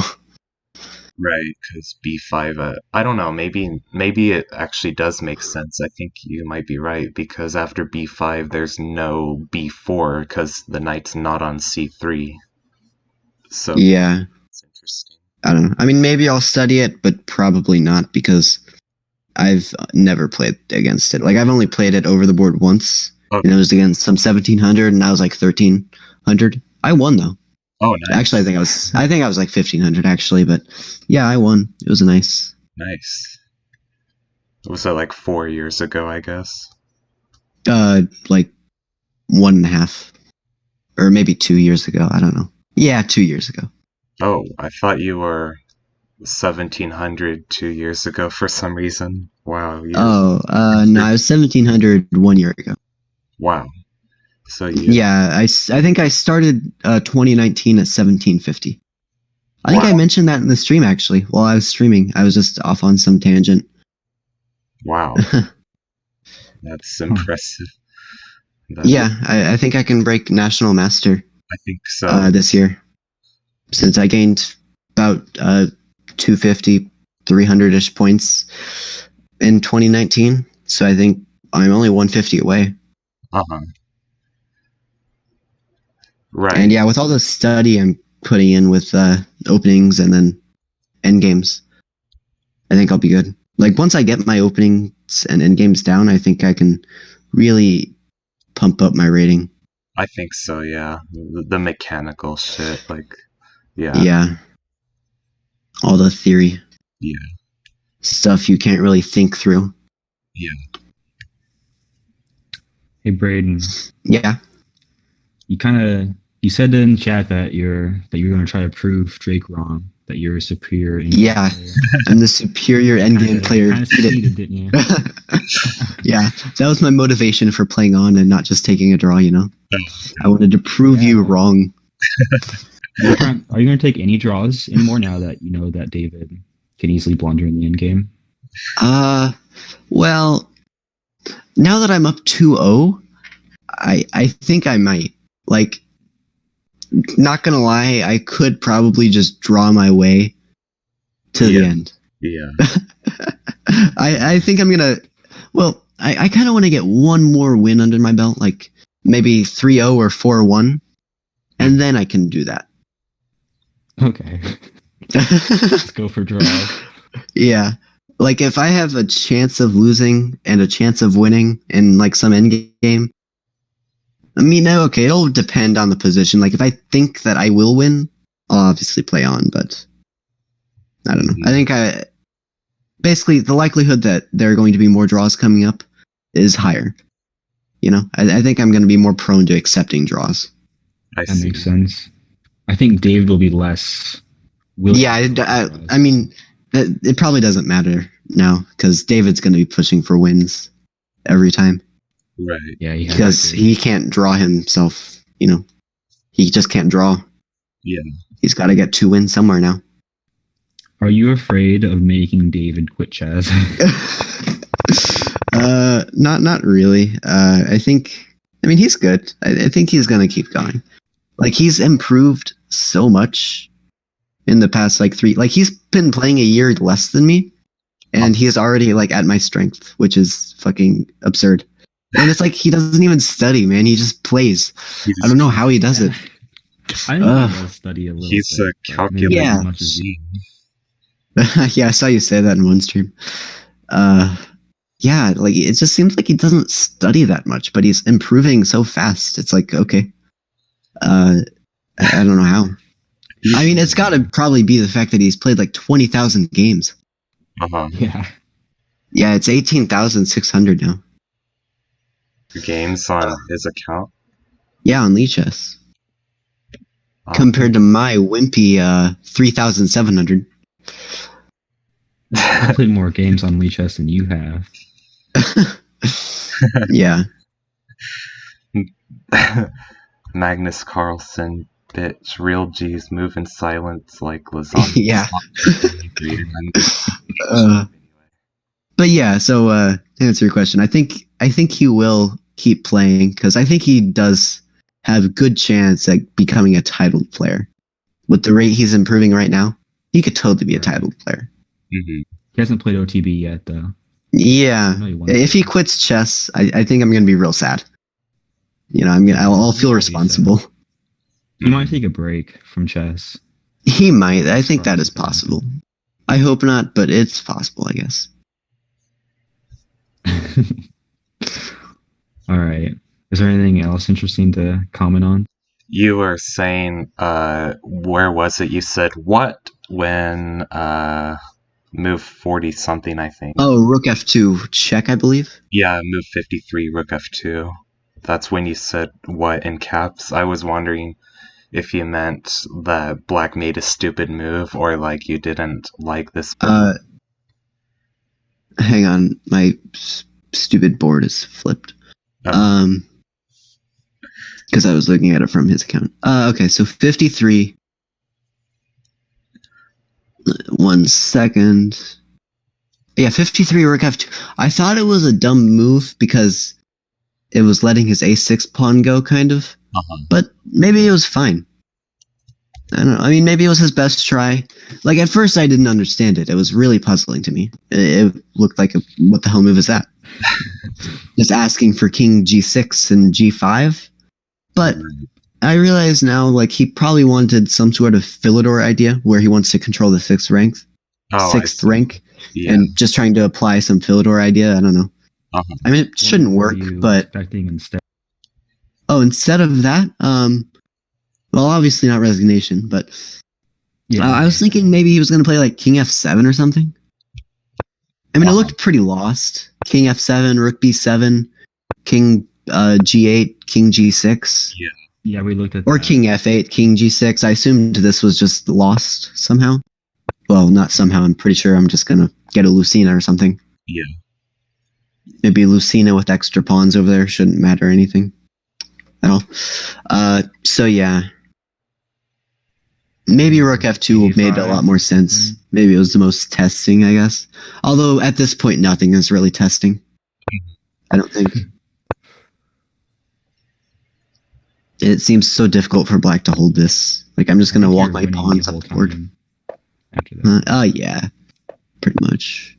I don't think there's any draw that you had. It says 51. Oh, with king f5 here. Yeah, rook Yeah, f2 is a table-based draw on move 50. Yeah. Yeah, king f5, like, it's hard to really fault me on that. Like, king f5 is such a natural move. Ugh. I remember in chat you were saying that you were trying to bait him into playing rook f2. Yeah. Yeah, The king only f5, draw. I was baiting him into rook f2. Did you think you were winning there, I guess? Because, I mean... Well, yeah, after rook f2, I thought king g5, and now his a6 pawn is loose. Well, king c7. Yeah, it wants king c7. I think I was assuming that black was just going to bring his king over to try and get in front of the pawn, because that's the only thing that made sense to me. Uh-huh. And it's really the only thing that makes sense to me now. Like, I'm sort of unsure as to how black going away from my pawn is drawing, but okay. Right, it's so Yeah, I'm weird. a little confused still. Like, how is going away from my pawn going to help you? I would think you can't just stop my king and pawn with your rook. That's not going to work. Well, king c7, rook b4, rook b2, and then... yeah, I guess his idea is that he's trying to get my b3 pawn. He's trying to get at that pawn. But even still, I think that's...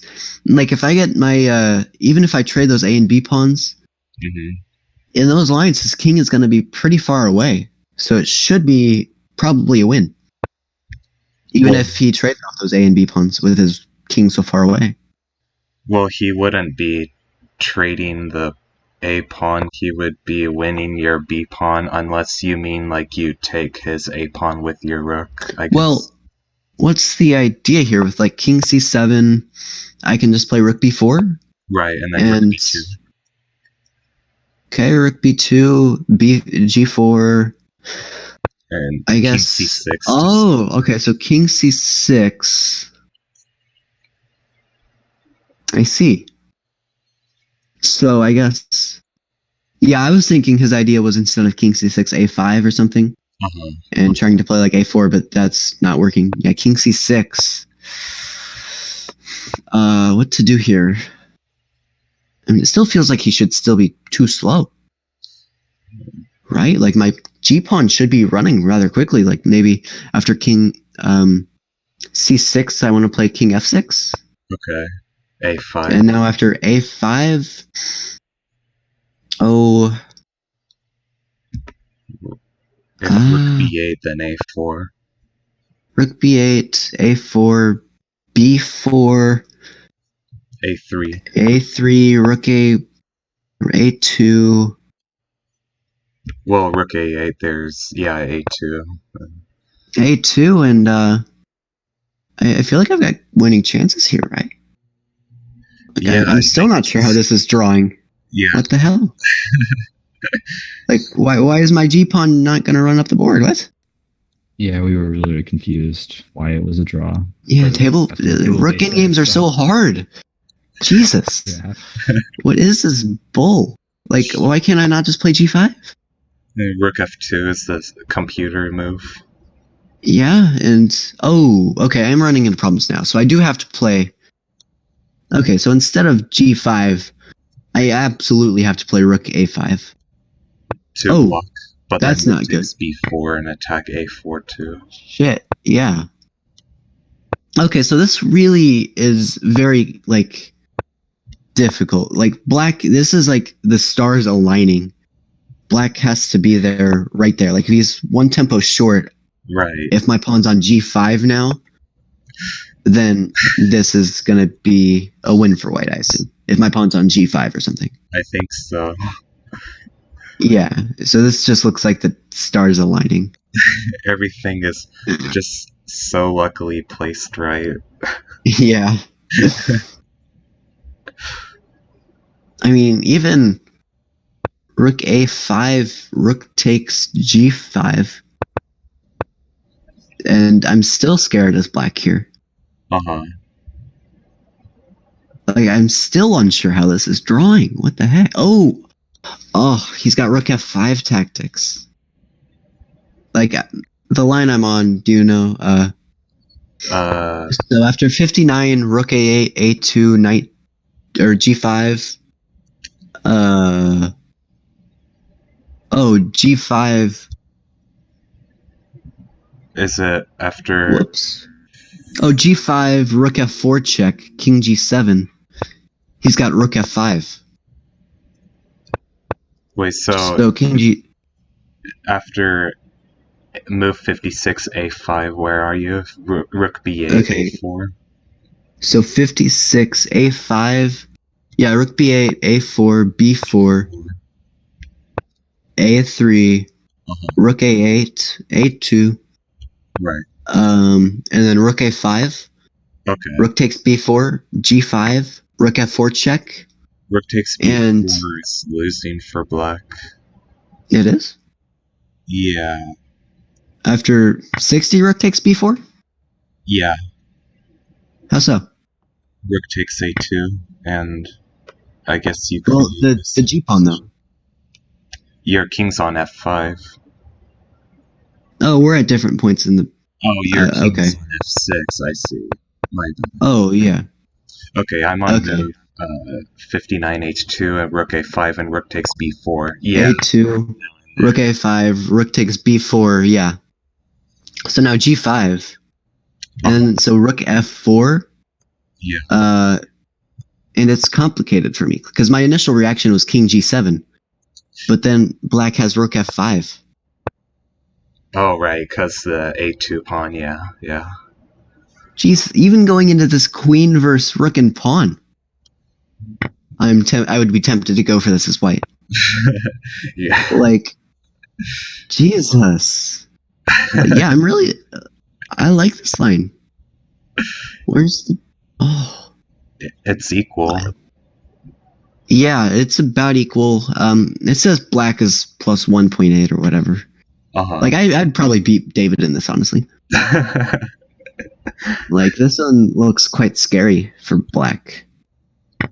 You have to play very accurately, I think, to defend this. Yeah. So yeah, all in all, this is some crazy computer / table based draw Yeah. that none of us are going to see. This is too hard. I mean, Jesus, that's crazy. Yeah.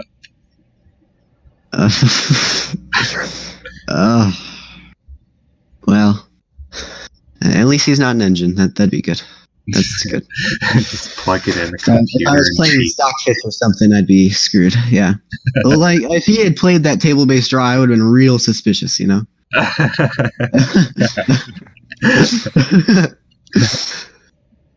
All right. Well, anything else? I can't. Not that I know of. I mean, I Alright. thought in the opening b5 was like a weird line. I never saw that. Oh, b5? Yeah, it's a good. Well, I don't know how good it is, but it's a line. Okay. Yeah, b5, bishop b3, knight takes, pawn takes, c3.